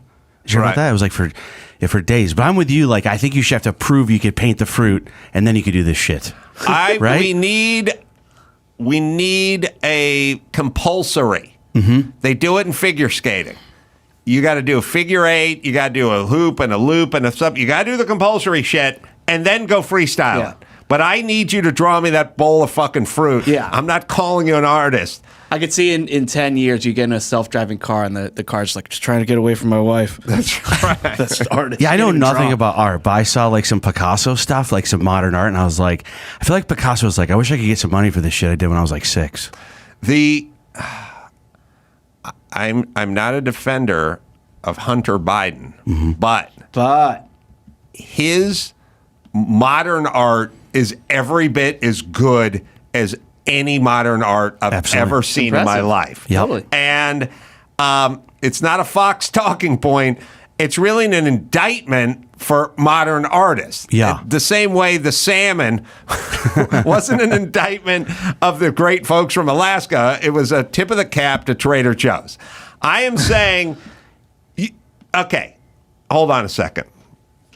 My sister dated the son of a renowned modern artist. His name was Ed Ed Moses, I think it was. I think it was Ed Moses, not the There's Olympic an artist named hurdler. Ed Moses. Right. He would sell his paintings for hundreds of thousands of dollars or tens of thousands of dollars. He mostly drew big circles. Wow. He just like big orbs. You know what I mean? And what I'm saying is Ed Moses, who was a renowned modern artist. This one's actually not as bad as that's a nice pattern. Show Yeah, I me like some the more. colors. Show me some orbs. I've been to his gallery. Hunter Biden's shit that he draws with a crazy straw is every bit as good as Ed Moses' best work. And that's a fucking junkie who just gets his money from China and only does the art. It's a rolled up dollar bill. He sells his art for $500K as a money laundering scam. It's not like someone just said, what's the best way to get this guy money? Well, he can't go to Ukraine and shake down energy companies anymore. But what if you did retarded art and then we just got donors to anonymously give you $500,000 for it? And he's like, all right, I'll be an artist. Yep. Hunter Biden shit is every bit as good as any modern artist shit. How do you sell your first modern art thing? How do you do the first one? I can see the next one, but how do you sell the first? Like, who's the first guy that? Right. How do you get your first one? Someone would pay $500,000 for an Ed Moses now because there's a market. You need a dad like Taylor Swift. This is right up there with who ate the first lobster. Yeah. You know Yeah. what I mean? Where they went, what? Get away from that fucking thing. Yeah. How do you do the first one? Yeah. I don't get the deniers of that Biden's old. The people that go like, oh, he's sharp as a tack, or like the Hunter. I don't. I heard I was behind Hunter Biden once at a hot dog stand, and he goes, "How many cocaine straws do I owe you?" That's how he pays for things. That's a drug addict. That's his currency. And he paints with a cocaine straw too. Yeah. He blows bubbles into it. We found cocaine at the White House, and it's not a thing. And the FBI destroyed it, or the Secret Service destroyed it. Like anybody. When people said cameras that, there, we don't know. Well, I mean, that's not as ridiculous as the fact that on a laptop, whether it was Hunter's laptop or not, there are pictures of him snorting cocaine off of a hooker's asshole. All right. Now, it doesn't matter if where the laptop is from. Well, thank God there's no pictures of Hunter Biden doing coke off a Russian hooker's asshole. which I don't have as We're much a problem missing with the that, fucking point. is that it's not a hard enough surface. I just feel like it's a difficult asshole? cocaine yeah, it's surface. not effective. I don't have a problem with it. No. Also, like, what? How do you have? People would go like, it's got to be Hunter's cocaine. And I would go, I don't think so because it was some left. That's right. Do you know? Like, you never doing cocaine and somebody goes like, man, do you got like Tupperware or something? We got way too much. Leftovers. Yeah, you got a baggie or something? Yeah, it's true. You just do it until it's done. We got way too much cocaine. Yeah. No one's ever said that. Yeah. Well, Rolling Stone just published an article about drugs at the White House. What? Yeah. During the Trump administration. So Trump's now White we House know. was awash in speed and Xanax during it. It said that, senior administration officials and others who worked at the White House, they were often given speed for things as minor as an energy boost during a particularly long shift. We're given speed? Yeah. What does that mean? They weren't snorting like trucker speed, you know. I imagine maybe a pill of some They're sort. giving a Xanax or whatever. Yeah. They're given whatever you do with ADHD. Is that I don't know. Ritalin Rolling or- Stone, there's a quote that says it was like the Wild West. Things are pretty loose. Whatever someone needs, we're gonna fill this. Listen, I'm all for pharmaceutical interventions, like when they have guys, back in the day who flew like U-2 surveillance planes and stuff like that, and they'd have to be in the air for 18 hours or whatever. They'd dose them up. Yeah, I'm with you. I feel like if you're like an air traffic controller, take some speed. Yeah. I always felt like what was weird with drugs is you ever see like they would test an Olympic athlete and they would say like, oh, this snowboarder tested positive for like weed or something. I feel like you should get a higher score because that makes it harder. Oh yeah. I think you should have to help your sport. It depends what the drug is. Like I remember there was a championship boxer who won the belt. and tested positive for weed. Yeah. And then took the belt away. And I was like, he needs a second belt. Yes, exactly. Yes. The weed is not performance enhancing. And the last thing you want to do is box and or train to box when you're high. And if it's helping the person, then strip them of the title. How do you think his opponent feels hearing that? Yes. Yeah. I feel like shit. Yeah, he's actually better than this. He's stoned? Yes. All right. Sorry. All right, let me get back to here. So, speaking of cocaine, so Johnny Manziel. Yeah. So, did you see that clip of him talking about him losing all that weight? He was on Club Shay Shay.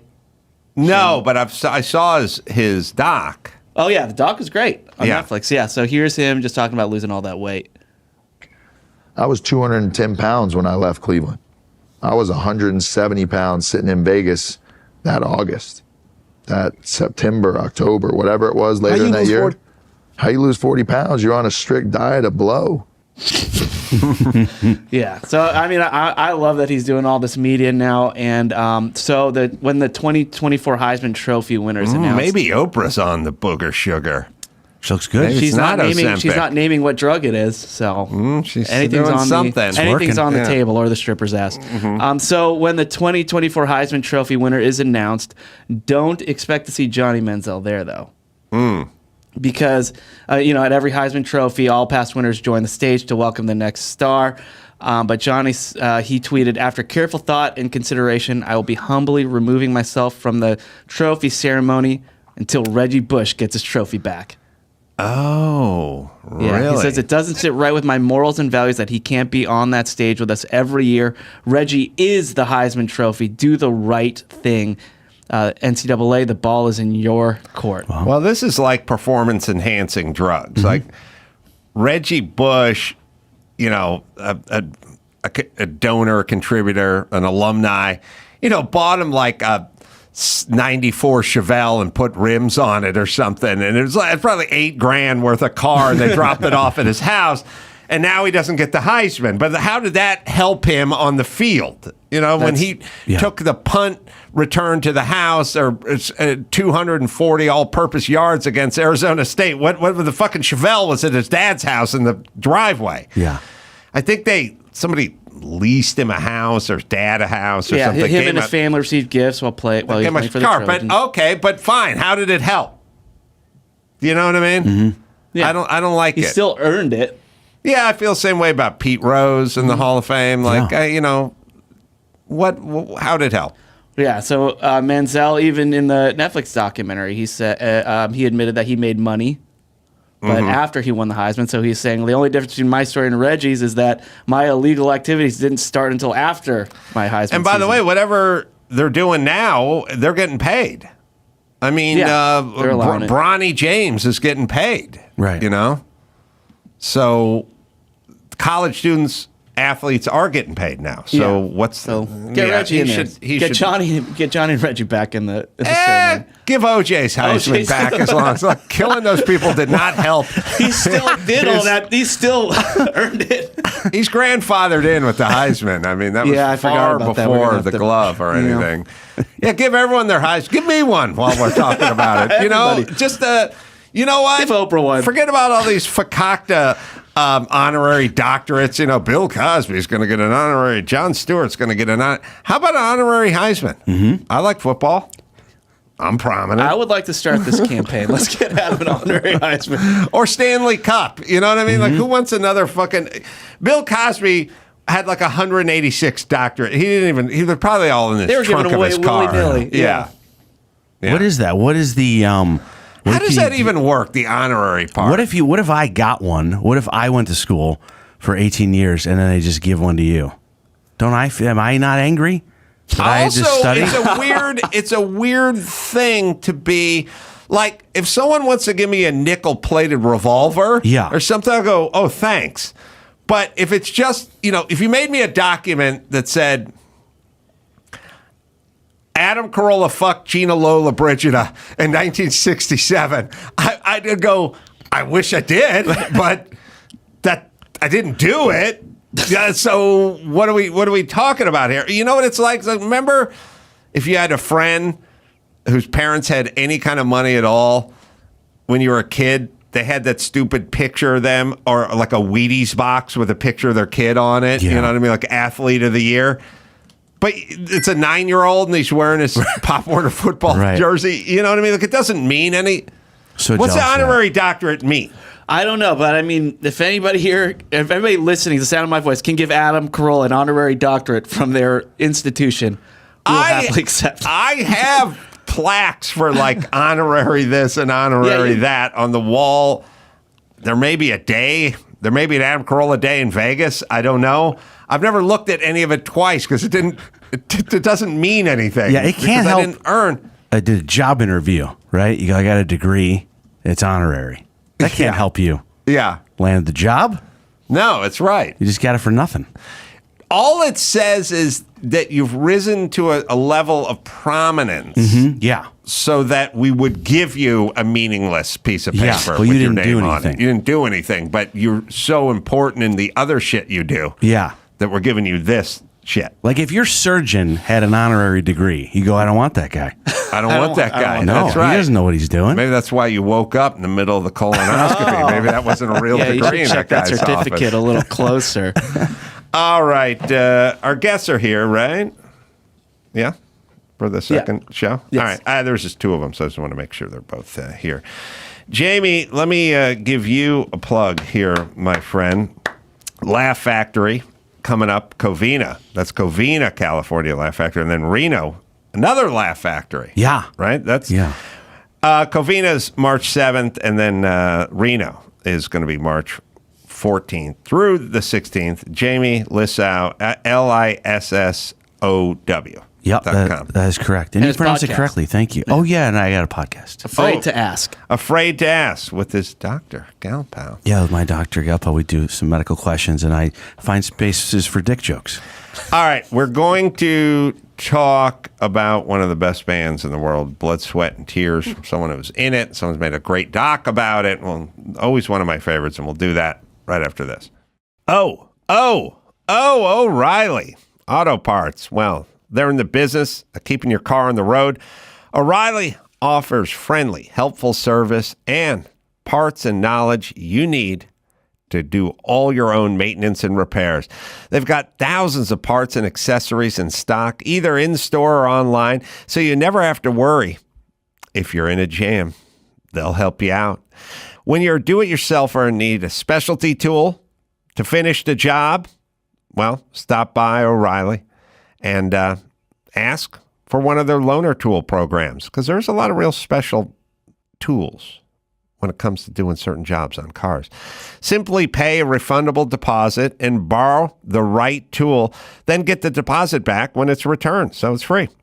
They'll help you find the right part or point you to the nearest local repair shop for help. Plus, they can test your battery for free in or out of the car, so you don't have to pop it out. The professional parts people at O'Reilly Auto Parts are your one-stop shop for all things auto, and you can find what you need in the store or online. Stop by O'Reilly Auto Parts today or visit O'ReillyAuto.com/Adam. That's O'ReillyAuto.com/Adam. My sheet here. It's COLO and it's Colomby. Colomby. All right, there's a UNO version of it on my sheet. But either way, great doc. I've always been a huge fan of Blood, Sweat, and Tears because my dad played the trumpet all through my life, and always had appreciation for the horns. And I love horn-driven anything. It's like I don't know. It's like salsa. It just makes everything better when it gets combined with eggs or burritos or whatever. But salsa music? No, salsa. Just salsa. Okay, gotcha. Not the salsa music. But that's a good point. I mean, you keep me honest. So always love Blood, Sweat, and Tears. I think one of the first CDs I ever bought, when CDs were $16 when they came out. I was making $9 an hour. It was an expensive thing. Best of Blood, Sweat, and Tears. That's the very first CD I bought. And then I was always a fan of the band, but I never really knew this chapter, the whole Eastern Bloc. And And also shades of this whole canceling thing that we're getting into now. It's been around for a little while. It was interesting, Adam. I was a big fan of the band as a teenager and into college and all of that. But I always had wondered, they were so popular, beat the Beatles out for a Grammy Award. Abbey Road. Yeah, they were so famous, and then suddenly they weren't. What happened? So Bobby had seen a film I'd made a few years before about John Coltrane, and he called me up one day and he said, I want to take you to lunch, I want to tell you a story. And we were just sort of schmoozing before lunch, and I said, what the hell happened to Blood, Sweat, and Tears? Here you were. And he said, that's the story I'm going to tell you, and that's the story we tell in the film. Yeah, the doc is called What the Hell Happened to Blood, Sweat, and Tears. It's a very layered doc. It does a very nice thing, which is it starts with the story of them on the road and going to all the Eastern Bloc nations and so on and so forth, and then it stops and gets back to the origins of Blood, Sweat, and Tears, which is a smart way to craft a doc so you can see how it all came together. And yeah, I think most people just don't have the bandwidth to kind of look into everything all the time like we should, which is sad, but it would be wildly distracting. But I was always, there are bands that had great success and then you didn't hear from them again, but it was usually based on their talent. Like they got a little flash in the panty and they got hot or whatever, but they didn't have the chops to endure, you know what I mean? But Blood, Sweat, and Tears was not that band. It was just laden with talent. Thank you. Yeah. Well, I mean... Well, what's interesting, yeah. we had we were at dinner one night on the west side of L.A., and my dermatologist was a couple of tables over, and I went over to say hi, and he was there with a young couple, probably early 30s. And he says, my patient John, he's a great documentary filmmaker, what are you working on? Blood, Sweat, and Tears. And I'm sure you've seen this where you mentioned something and there's a total blank look in the eyes. They had no idea, Blood, Sweat, and Tears, what was I talking about? But I mentioned the songs, Spinning Wheel and When I Die You May Be Sorry. And, I know that song. So the songs have endured, even though the band, because of the story we tell, has not endured in the same way. I love Lucretia McEvil, and I love Go Down Gambling. I got a little off. I usually, with any band, I go, what's their biggest hit? And then I go, what's the B-side of their biggest hit? And I'm usually more interested. And you're playing the drums. No, yeah, right, I founded the band. Right. This was a concept I had because I had two older brothers, much older, like 16 and 17 years older than me. One of them was a trumpet player like your dad. Good improviser, self-taught. His best friend was a guy named Miles Davis. Wow. My other brother was a high school teacher, loved jazz also, and he decides, or he's asked to, manage Thelonious Monk for 14 years. Wow. So I'm growing up in this household with Bach and Beethoven in my living room, basically, for me. Right. So the only music I heard was jazz and bebop and classical, some Prokofiev and stuff. I didn't hear pop music. And then when I finally got, because I guess I can say this, you ain't getting laid if you're playing jazz. No. So I figured, okay, if I'm going to meet girls, I better play pop music and and stuff. Okay, so then I start hanging out in the West Village, and I meet girls, and I meet lesser musicians than the jazz musicians that I'm used to playing with, who are these young, phenomenal players. Right. But there were no drummers, so I was like, this is pretty good because the drummers were always the worst guitar player in the folk band, or the kid whose father had the most money to have a garage and to buy a drum set. But I actually could play a little bit because you don't play jazz casually. Either you play it or you don't. So I just wanted to put a band together that could capture both of the best elements of both of the music, to sing in tune, to tell stories, and to have a richer harmonic content than most of pop music had at the time, and have some of my jazz playing, horn playing friends be in the band. I never imagined in a billion years this thing could make a nickel. It was just, let's try this and, it'll be fun. Yeah. And then Al Cooper, who was a mover shaker who really knew the business inside out, asked me to play with him on something. I was friends with a guy who he hated, who was in a band that he was in before. And he said, hey, would you play with me? Because I'm leaving the country. I want to be a producer in England. I said, okay. And we do like a weekend at a club. And I invite the guy that he hated, Steve Katz, the guitar player, who's my friend. I said, come on, let him play with it. Don't hold grudges. It's stupid. He said, all right. So we do the gig, and no one shows up. I mean, no one cares about him. And I think, I'm not sure, but I think that Paul Simon was one of the people he asked to play on the bill with us. We still didn't get anyone in the club. Anyway, so we do the gig, and I'm playing with Odetta at this time, who is a folk singer, and great, actually, like a gospel folk. And I'm with her, and I get this idea, and I call Steve up, who's in New York, and I said, can you ask Al if we could do some of the songs that he played, on the weekend? Because I like some of those tunes, they're cool. And the band I'm thinking of, that would work for us. He said, I'll ask him, and I'll never forget this moment. I'm sitting there, phone rings a day later, he says, I spoke to Al, he's in. He said, absolutely, you can have the songs. I said, great, I'm ready to hang up. He goes, no, wait, he wants to be in the band. I went, I thought he's leaving. No. He wants to be in the band. He wants to be the band leader. Oh, and the name is Blood Sweat. I go, whoa, what are you talking about? And I'm writing, I'll never forget. I go, Blood Sweat?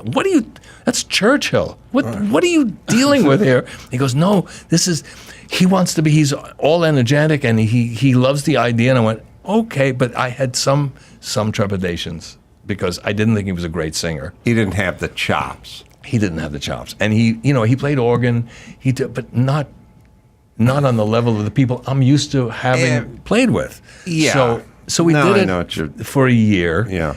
And, it was his band, and he picked the songs. There was a song on the first album that none of us are even on. It's just him and the string quartet. I'm thinking, this is really getting weird. That was the first album of Blood, Sweat, and Tears. Yeah, which sold 40,000 units, and it was a failure. Yeah. And then David Clayton Thomas. Well, we had heard him in a club in New York City. If you are in New York City and have never had a venereal disease, you go there because that's your best opportunity to get something. And you go to this club, Steve Paul's Scene it was called, and everyone used to jam there and play there. And I'm with Steve and we're talking, and there's a guy on stage, has the worst stage presence you've ever seen, his hands on the guitar. Hey, how you doing? But over our heads was a speaker, and I'm listening to Ray Charles and Bobby Bluebland. I go, that's coming out of that guy? Holy shit, this guy can sing. Yeah. Well, and then we forget about it. Al Cooper said, I say to Al, like we have a meeting, Al, we got to get a singer. Right. Because it's me or no one. I went, let's vote. And they voted him out. And he was gone. And now we're looking for a singer. And if you were available, you should have called because you can obviously sing. But only with him. Oh, well, who knows? Anyway, so we sort of remembered him. I said, yeah, the guy's Canadian. Let's see if we can get the guy. And he came to a rehearsal. And in the movie, it shows exactly what happened. Is I asked all these singers who were auditioning at the time just to learn a couple tunes. And he goes in and learns a song of Al's called I Love You More Than You'll Ever Know. It's a great song. And he starts to sing, If I Ever Leave. And I just said, okay, you got the gig. Done. Yeah, I mean, pipes, you got to be you can't argue.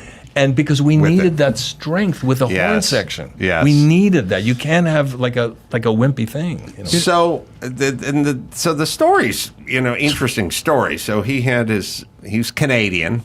And by the way, then the second album comes out and it's taking over the charts in the world and Grammys and nothing had sold like that album up until that point. That was it.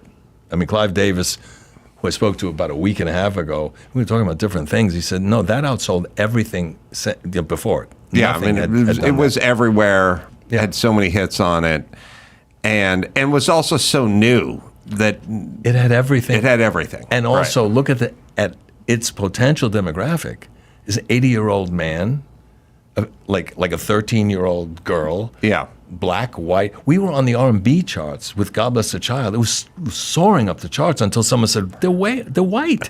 And then they pulled the plug. But that's what was going on. Well, and so the State Department, and the Cold War, and going behind the Iron Curtain and doing a tour and all that. Communist countries on our side. But it also turns out that they're going to take David Clayton Thomas' green card away, and they're going to take him out of the band and move him back to Canada. Because we spoke against the war. We were like anyone our age.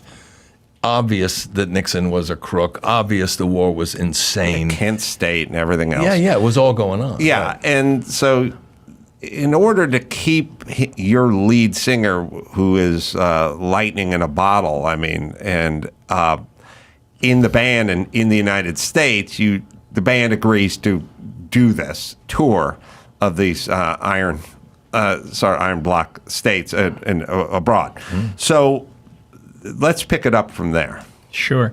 Blood, Sweat, and Tears was the first American rock band to perform behind the Iron Curtain in communist countries. And the idea was the State Department, you sort of mentioned it, that it wanted to make friends and say, well, if you like this about America, what else might you like? So they did a lot of cultural presentations, but up to this point, it was mostly classical musicians or jazz musicians or dancers. This was the first rock band. And so here's the hottest rock band going. There's no chance the State Department would have had this unless there was this quid pro quo going on. Right. It really was a blackmail situation where it's like, you want to keep your singer? Do this tour for us. We'll make sure the immigration problems for your singer go away. And that's what happened. Yeah, and all the trials and the tribulations, you guys should watch the movie and understand, of the craziness of that time.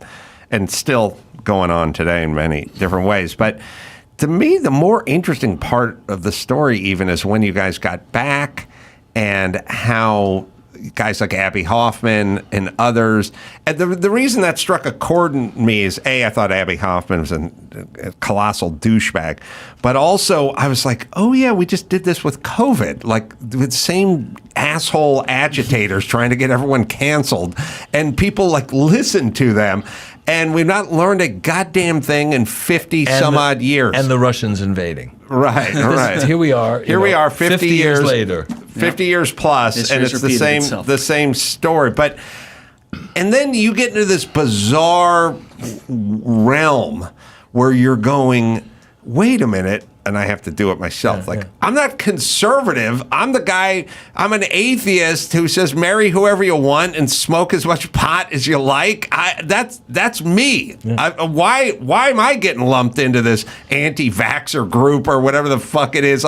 Just getting lumped in with this stuff, and you go, you're against Nixon and the Vietnam War, and you're doing benefits for the ACLU and Kent State to raise money to defend these people, and now you're getting lumped in with the Nixon administration. We had a feeling this could happen, but we didn't realize the weight of it.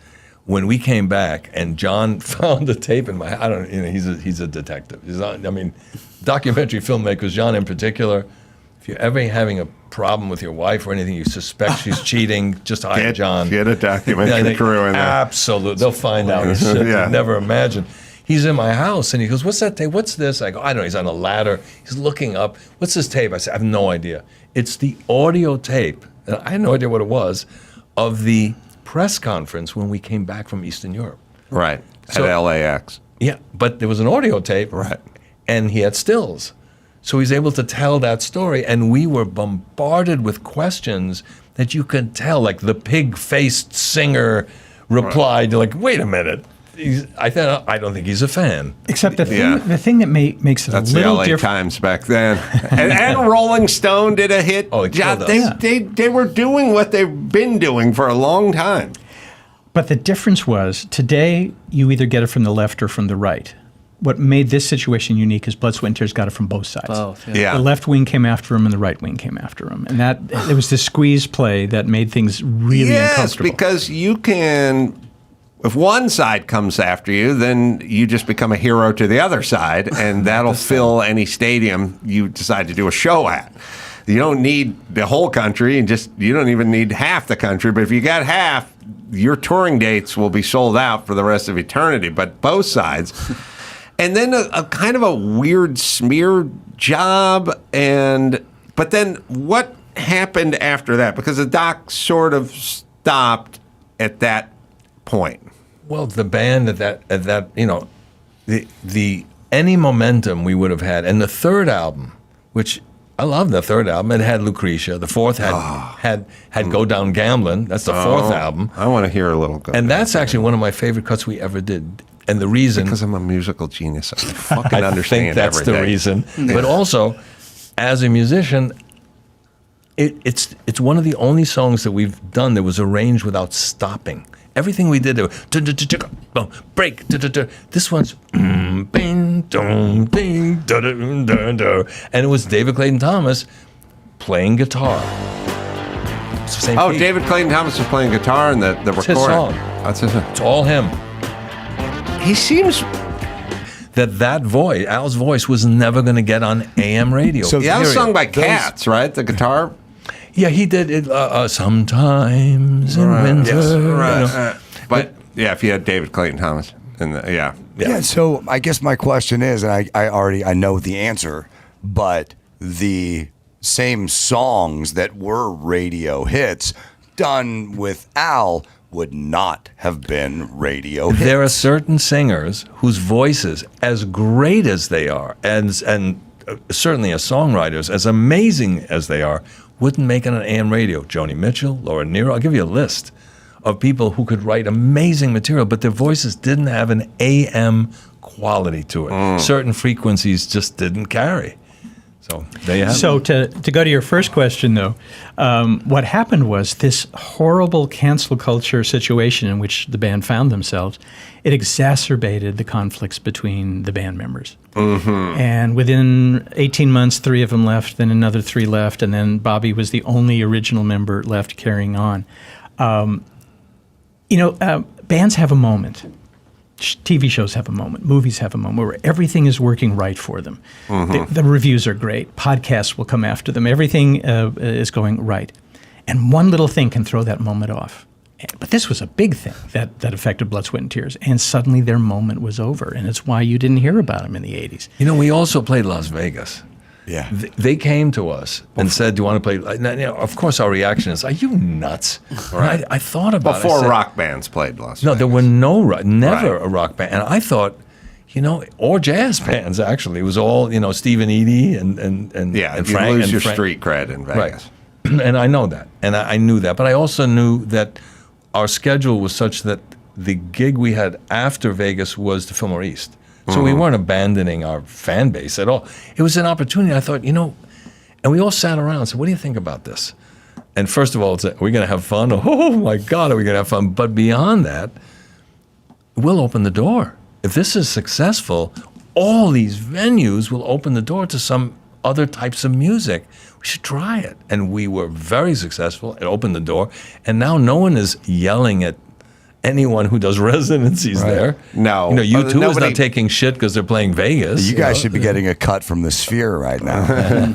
Listen, all the stuff they said was something. It's always my sort of parsley by the side of the plate. For 50 years, you had to put a sprig of parsley next to the eggs at every diner. And then someone would go, what is the parsley for? And I go, it's got to be there. Breath. And then you go, why? And you go, people like it. You go, no, I've never seen anyone ask for it or eat it. Believe you me, we need the parsley. And it's 50 years of parsley, and one day there's no parsley, and no one says shit, and everyone just moves on. And that's how most every societal rules. You can't play this. You can't do that. You can't go over there. TV to do that too. You can't do the Tonight Show and then do Letterman. You can't do both. You got to pick one. You do Letterman or you do the thing. You do this or you do that. And then you go, so what? What if we just did both? And they go, well, that's never going to. And then you do it, and then it's like nobody cares. That's right. That's almost every showbiz rule. You nailed it. This is a rule, except for it's not a rule because somebody breaks it and then no one gives a shit. But it's not a rule. It's an assumption. Right. That and gets broken you guys immediately. at Woods, first band to sign up for Woodstock. One of the first. They came to us. I knew Mike Lang, and I had worked with what's his name? Artie Kornfeld. Artie Kornfeld. I worked with him. He was producing the Cow Stills once, and I remember being in the studio. He asked me to come in and play on the record, and I'm going, "What am I doing here?"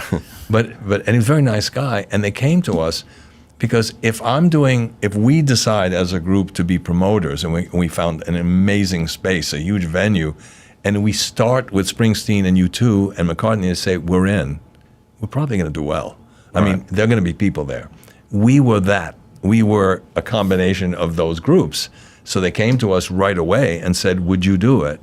And to us, it was another gig. It was never, oh my God, it's an event. We had no idea. It was just crowded, and there was a lot of pot smoking, and it was fun.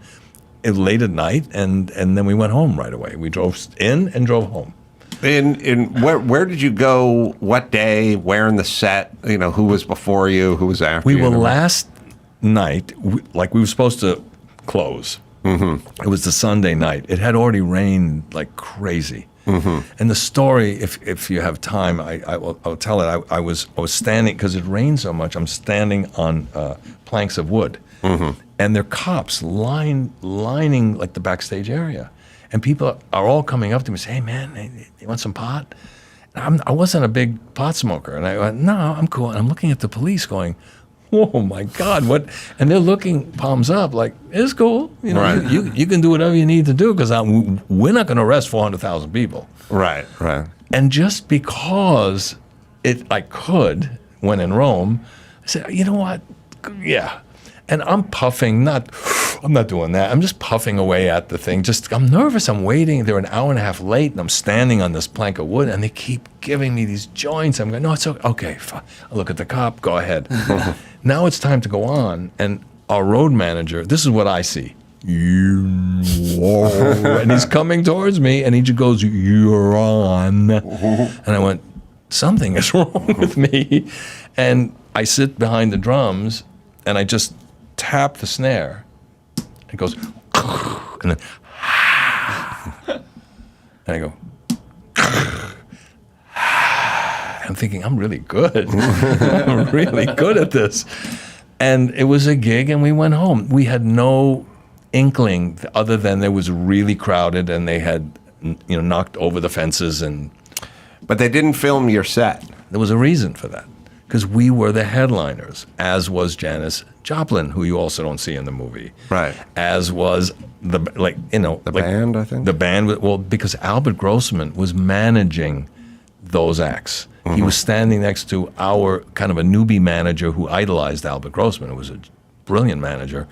And they went to him and said, we're going to film this, and it's going to be a movie. And Albert just said, "What?" Wait. My artist is going to star in your movie. What are you paying? Half of their fee. In her case, it was like $3,000. In our case, it was going to be $7,500. In Janis Joplin's case. Yeah. All right. And you guys were paying what? We were paid top, other than Hendrix, who played twice. So he got $18,000. We got $15,000. We just played once. Mm-hmm. And that was really the top price at that time. And here's $7,500 to star in a movie. Right. And our manager looked at Albert Grossman. He said, "We ain't doing this." And he said, "I'm not doing that." And probably if they asked me at the time, I would have said, "No, of course not." Right. In retrospect, of course, it would have been the greatest thing to be in that movie, but we weren't. What we discovered is they did film half the set. And we found the footage buried. Bobby talks about the detective job. That's one of the things about my job I love is the detective work. Oh, they filmed work. the full half the set. We found the set buried in the vault at Warner Brothers. Wow. And there was a new HD transfer done. And so in our film, you see them doing this old Motown song called More and More. Mm-hmm. And it's fantastic. They are a killer band on stage. No one had ever seen that footage before. It really was a great band. I mean, I'm bragging. No, but from my point of view, because I knew every time you're going, it's like going to the track knowing who's going to win every single race. Yeah. Like you sit down and you look at the audience, and I'm thinking, oh, wait till you hear this. And we start playing More and More, like da-da-da-da, and the audience is like, holy shit. Because bands never sounded as good live back then, because there was no lip syncing, no pre-records. Right. You'd have to have the goods. Yeah, so, and look, that's why I have no time for bands that I don't consider talented. Everyone tries to talk me into everything all the time. You know, they love the Beastie Boys. I'm like, hacks. What are we talking about? They don't play anything. They don't do anything. I was, oh, you gotta love. They tell me half the people that get inducted in the Rock and Roll Hall of Fame now suck. Joan Jett sucks. She's in there because she's a lesbian. There's no other possible way. I love rock and roll. It's like a nursery rhyme. It's just for dumb people. But go down the list. No, but just go down the entire list and ask yourself, what effect have they had on music? What happened? What did they do to be in a Hall of Fame because they have accomplished something? Where it's now. And right now, to me, it's a badge of honor not to be in there. Well, I don't think Emerson, Lake, and Palmer's in there. I think they probably are. Are they? Yeah. They ACLP in there? Because he's going to check. I don't know why, but it kept bothering me that as I was watching David Clayton Thomas from back in the day, I was like, oh, he looks exactly like Shane Gillis, the comedian. And I told, are they in? ELP not. Not in. So there you go. Joined. There's another not. You've got another band where people can play. You know why? Because it went cool. Yeah. And Jan Wenner and John Landau said no, they're not cool. Now they're no longer a part of it, but now we have to. Now it's we have to have more women. We have to have more. Yes, it ruins everything. It just ruins everything. You talk about enduring though, and you talk about how the music could change something. One of the things we wanted to do in the film was to find young people who had been at those concerts behind the Iron Curtain. You did. And have them talk about it. So thank goodness for social media in those countries. We hired a researcher in Yugoslavia, Romania, and Poland. They found these guys who were now in their 70s. Yeah. But it wasn't like, I went to a concert at the Forum last weekend. 50-some years later, these concerts still had incredible significance for these people, not only because the music blew them away, but what it represented in terms of freedom and the United States. And it was one thing if Bobby and the band guys say, the concerts went over well, but to see and hear those guys say it made a big difference. It's a real movie, and I've made a few docs, and I know, weak ones from strong ones. And then there's the ones that are like, they have a good subject and everything. They're just not that well crafted. Yeah. There's a certain skill to the crafting part. This is a really good doc. I learned stuff. Yes. Watching that. So I didn't even know that happened. I want to see a picture of David Clayton Thomas and Shane Gillis and see if they look like the same. Ooh. They do. Which one's which? Wow. Not that bad. Wow. Yeah. Yeah. Nice job, Byron. Wow, that is good job. Yeah. David looks really pleasant in that picture. Hey, Bobby, if I could, one quick question about your. They hated you guys in Sarajevo, and then you went to Romania. Can I have to explain something? Okay. In the movie, yes, the audience, it was hysterical. I mean, because like we end the song, ba-ba-ba-da, yeah, wham, like the end of Laughing. What's going on? The audio it was like a weird venue. The audio, we didn't have a sound check, was so all they heard was this awful sound. Because there's no way, even if they were told you get an extra 5 zlotys if you hate the band, we've never had that happen to us ever. Okay. And I know someone finally just was like, the sound was unbearably just loud. You couldn't make anything out. It was just this drone. Right. Okay. And they hated it. Then you got to Romania. You played a couple of shows. The first one was too good. It starts in Romania. And that's Sarajevo. Okay. So the second show that you did in Romania, where they did not allow you to film, but you had still pictures telling the story. I looked at these pictures of that second show. And aside from the pictures of David, who's always, he's singing, so his pictures are going to look like he's singing and in emotion, every single other band member looked terrified. Were you really?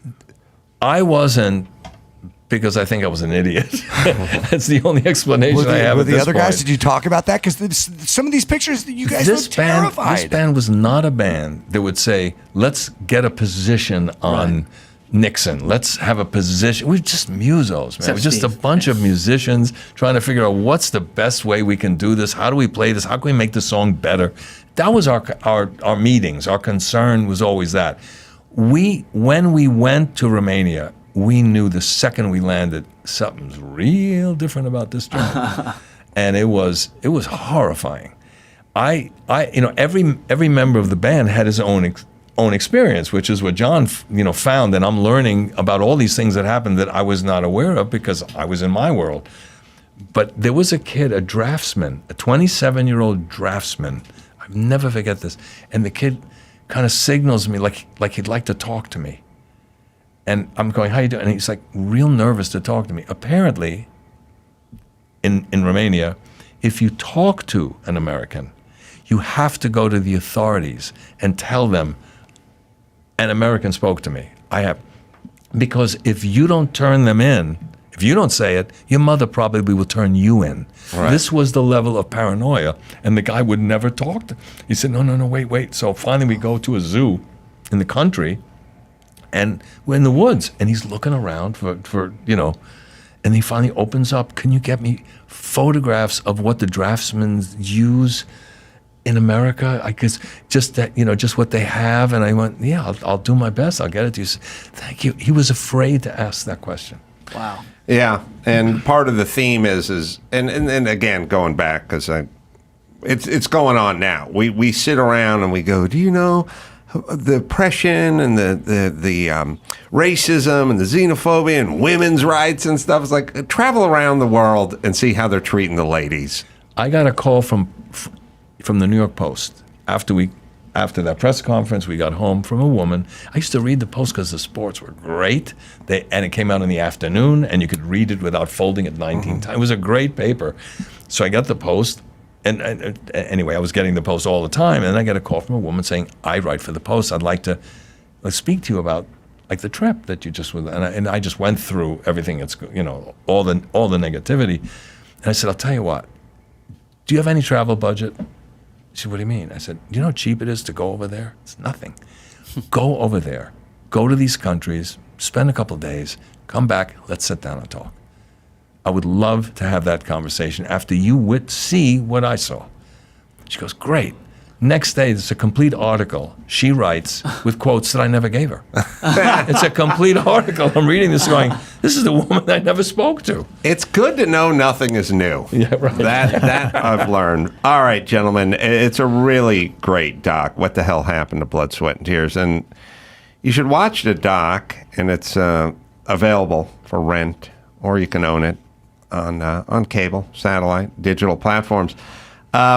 But go educate yourself on the band, because that is high quality music and just stuff you'd never heard before. Not really even since, because you can't do David, the musicianship is real high and you can't do David Clayton Thomas's voice. So there really is one. And they were unique arrangements. Yes, the arrangements. Because back then, horns would just play unison. They'd all da-da-da-da-da. They'd all play the same notes. Yeah. But our guys, we had two arrangers, and really loved the idea of, and that was the rule we had: no limit. Don't worry about it. Just whatever you have in your head. Yeah, the horns are always great, and if you want to listen to, I'm a friendly stranger in the black sedan with hoppins on a vehicle. That's not us. Ides of March. I know, but what I'm saying is the stuff's sort of linear. I mean, as good as the horns are in, let's say, Ides of March, they move along in a certain direction. And then Motown would be that way and stuff like that. It was great, but it wasn't different. It wasn't what this was. They played like rhythm guitar. Right, right. That was the feel of all the horn sections were really like rhythm guitar parts. Mm-hmm. We came in at completely different. We had two arrangers. They were both horn players. Right. So they really focused on different harmony, different approaches, classical music, jazz, everything. Again, there was no limit because we never thought we'd have a hit. Right. There's a freedom in that. Yeah. All right. So please avail yourself of some Blood, Sweat, and Tears and the doc, which is really well put together as well. Bobby, John, thank you guys for coming in. Thank you. Thanks for having us. And is David Clayton Thomas a douche? I'm never going to say anything. Ever going to say anything like that. That's a horrible thing to even bring up. You made a face. You made a I face. certainly would never say anything bad about a former bandmate. Oh, God. But to David's defense, I will say the day that I interviewed him, we had a big problem getting into Canada because it was during COVID, and they wouldn't let Americans in or Canadians out. That's the way they do But there it. was a period of about 3 weeks where the border was open, and so we flew in. He was a gentleman. And what you see on the screen is a guy that's being very candid and open about his experience and sharing some feelings looking back that I don't believe he had ever shared before. Yeah. And so we got what I felt was a very honest interview with him. It seemed affable. I thought he was terrific in the movie. I know he was. He was absolutely terrific. Yeah. All right. I thank Tucker and Jamie and John and Bobby and Chris. And I'll be at Kimmel's Comedy Club in Vegas doing 2 shows tomorrow. So come on out and say hi. Until next time, it's Adam Carolla saying, Mahala.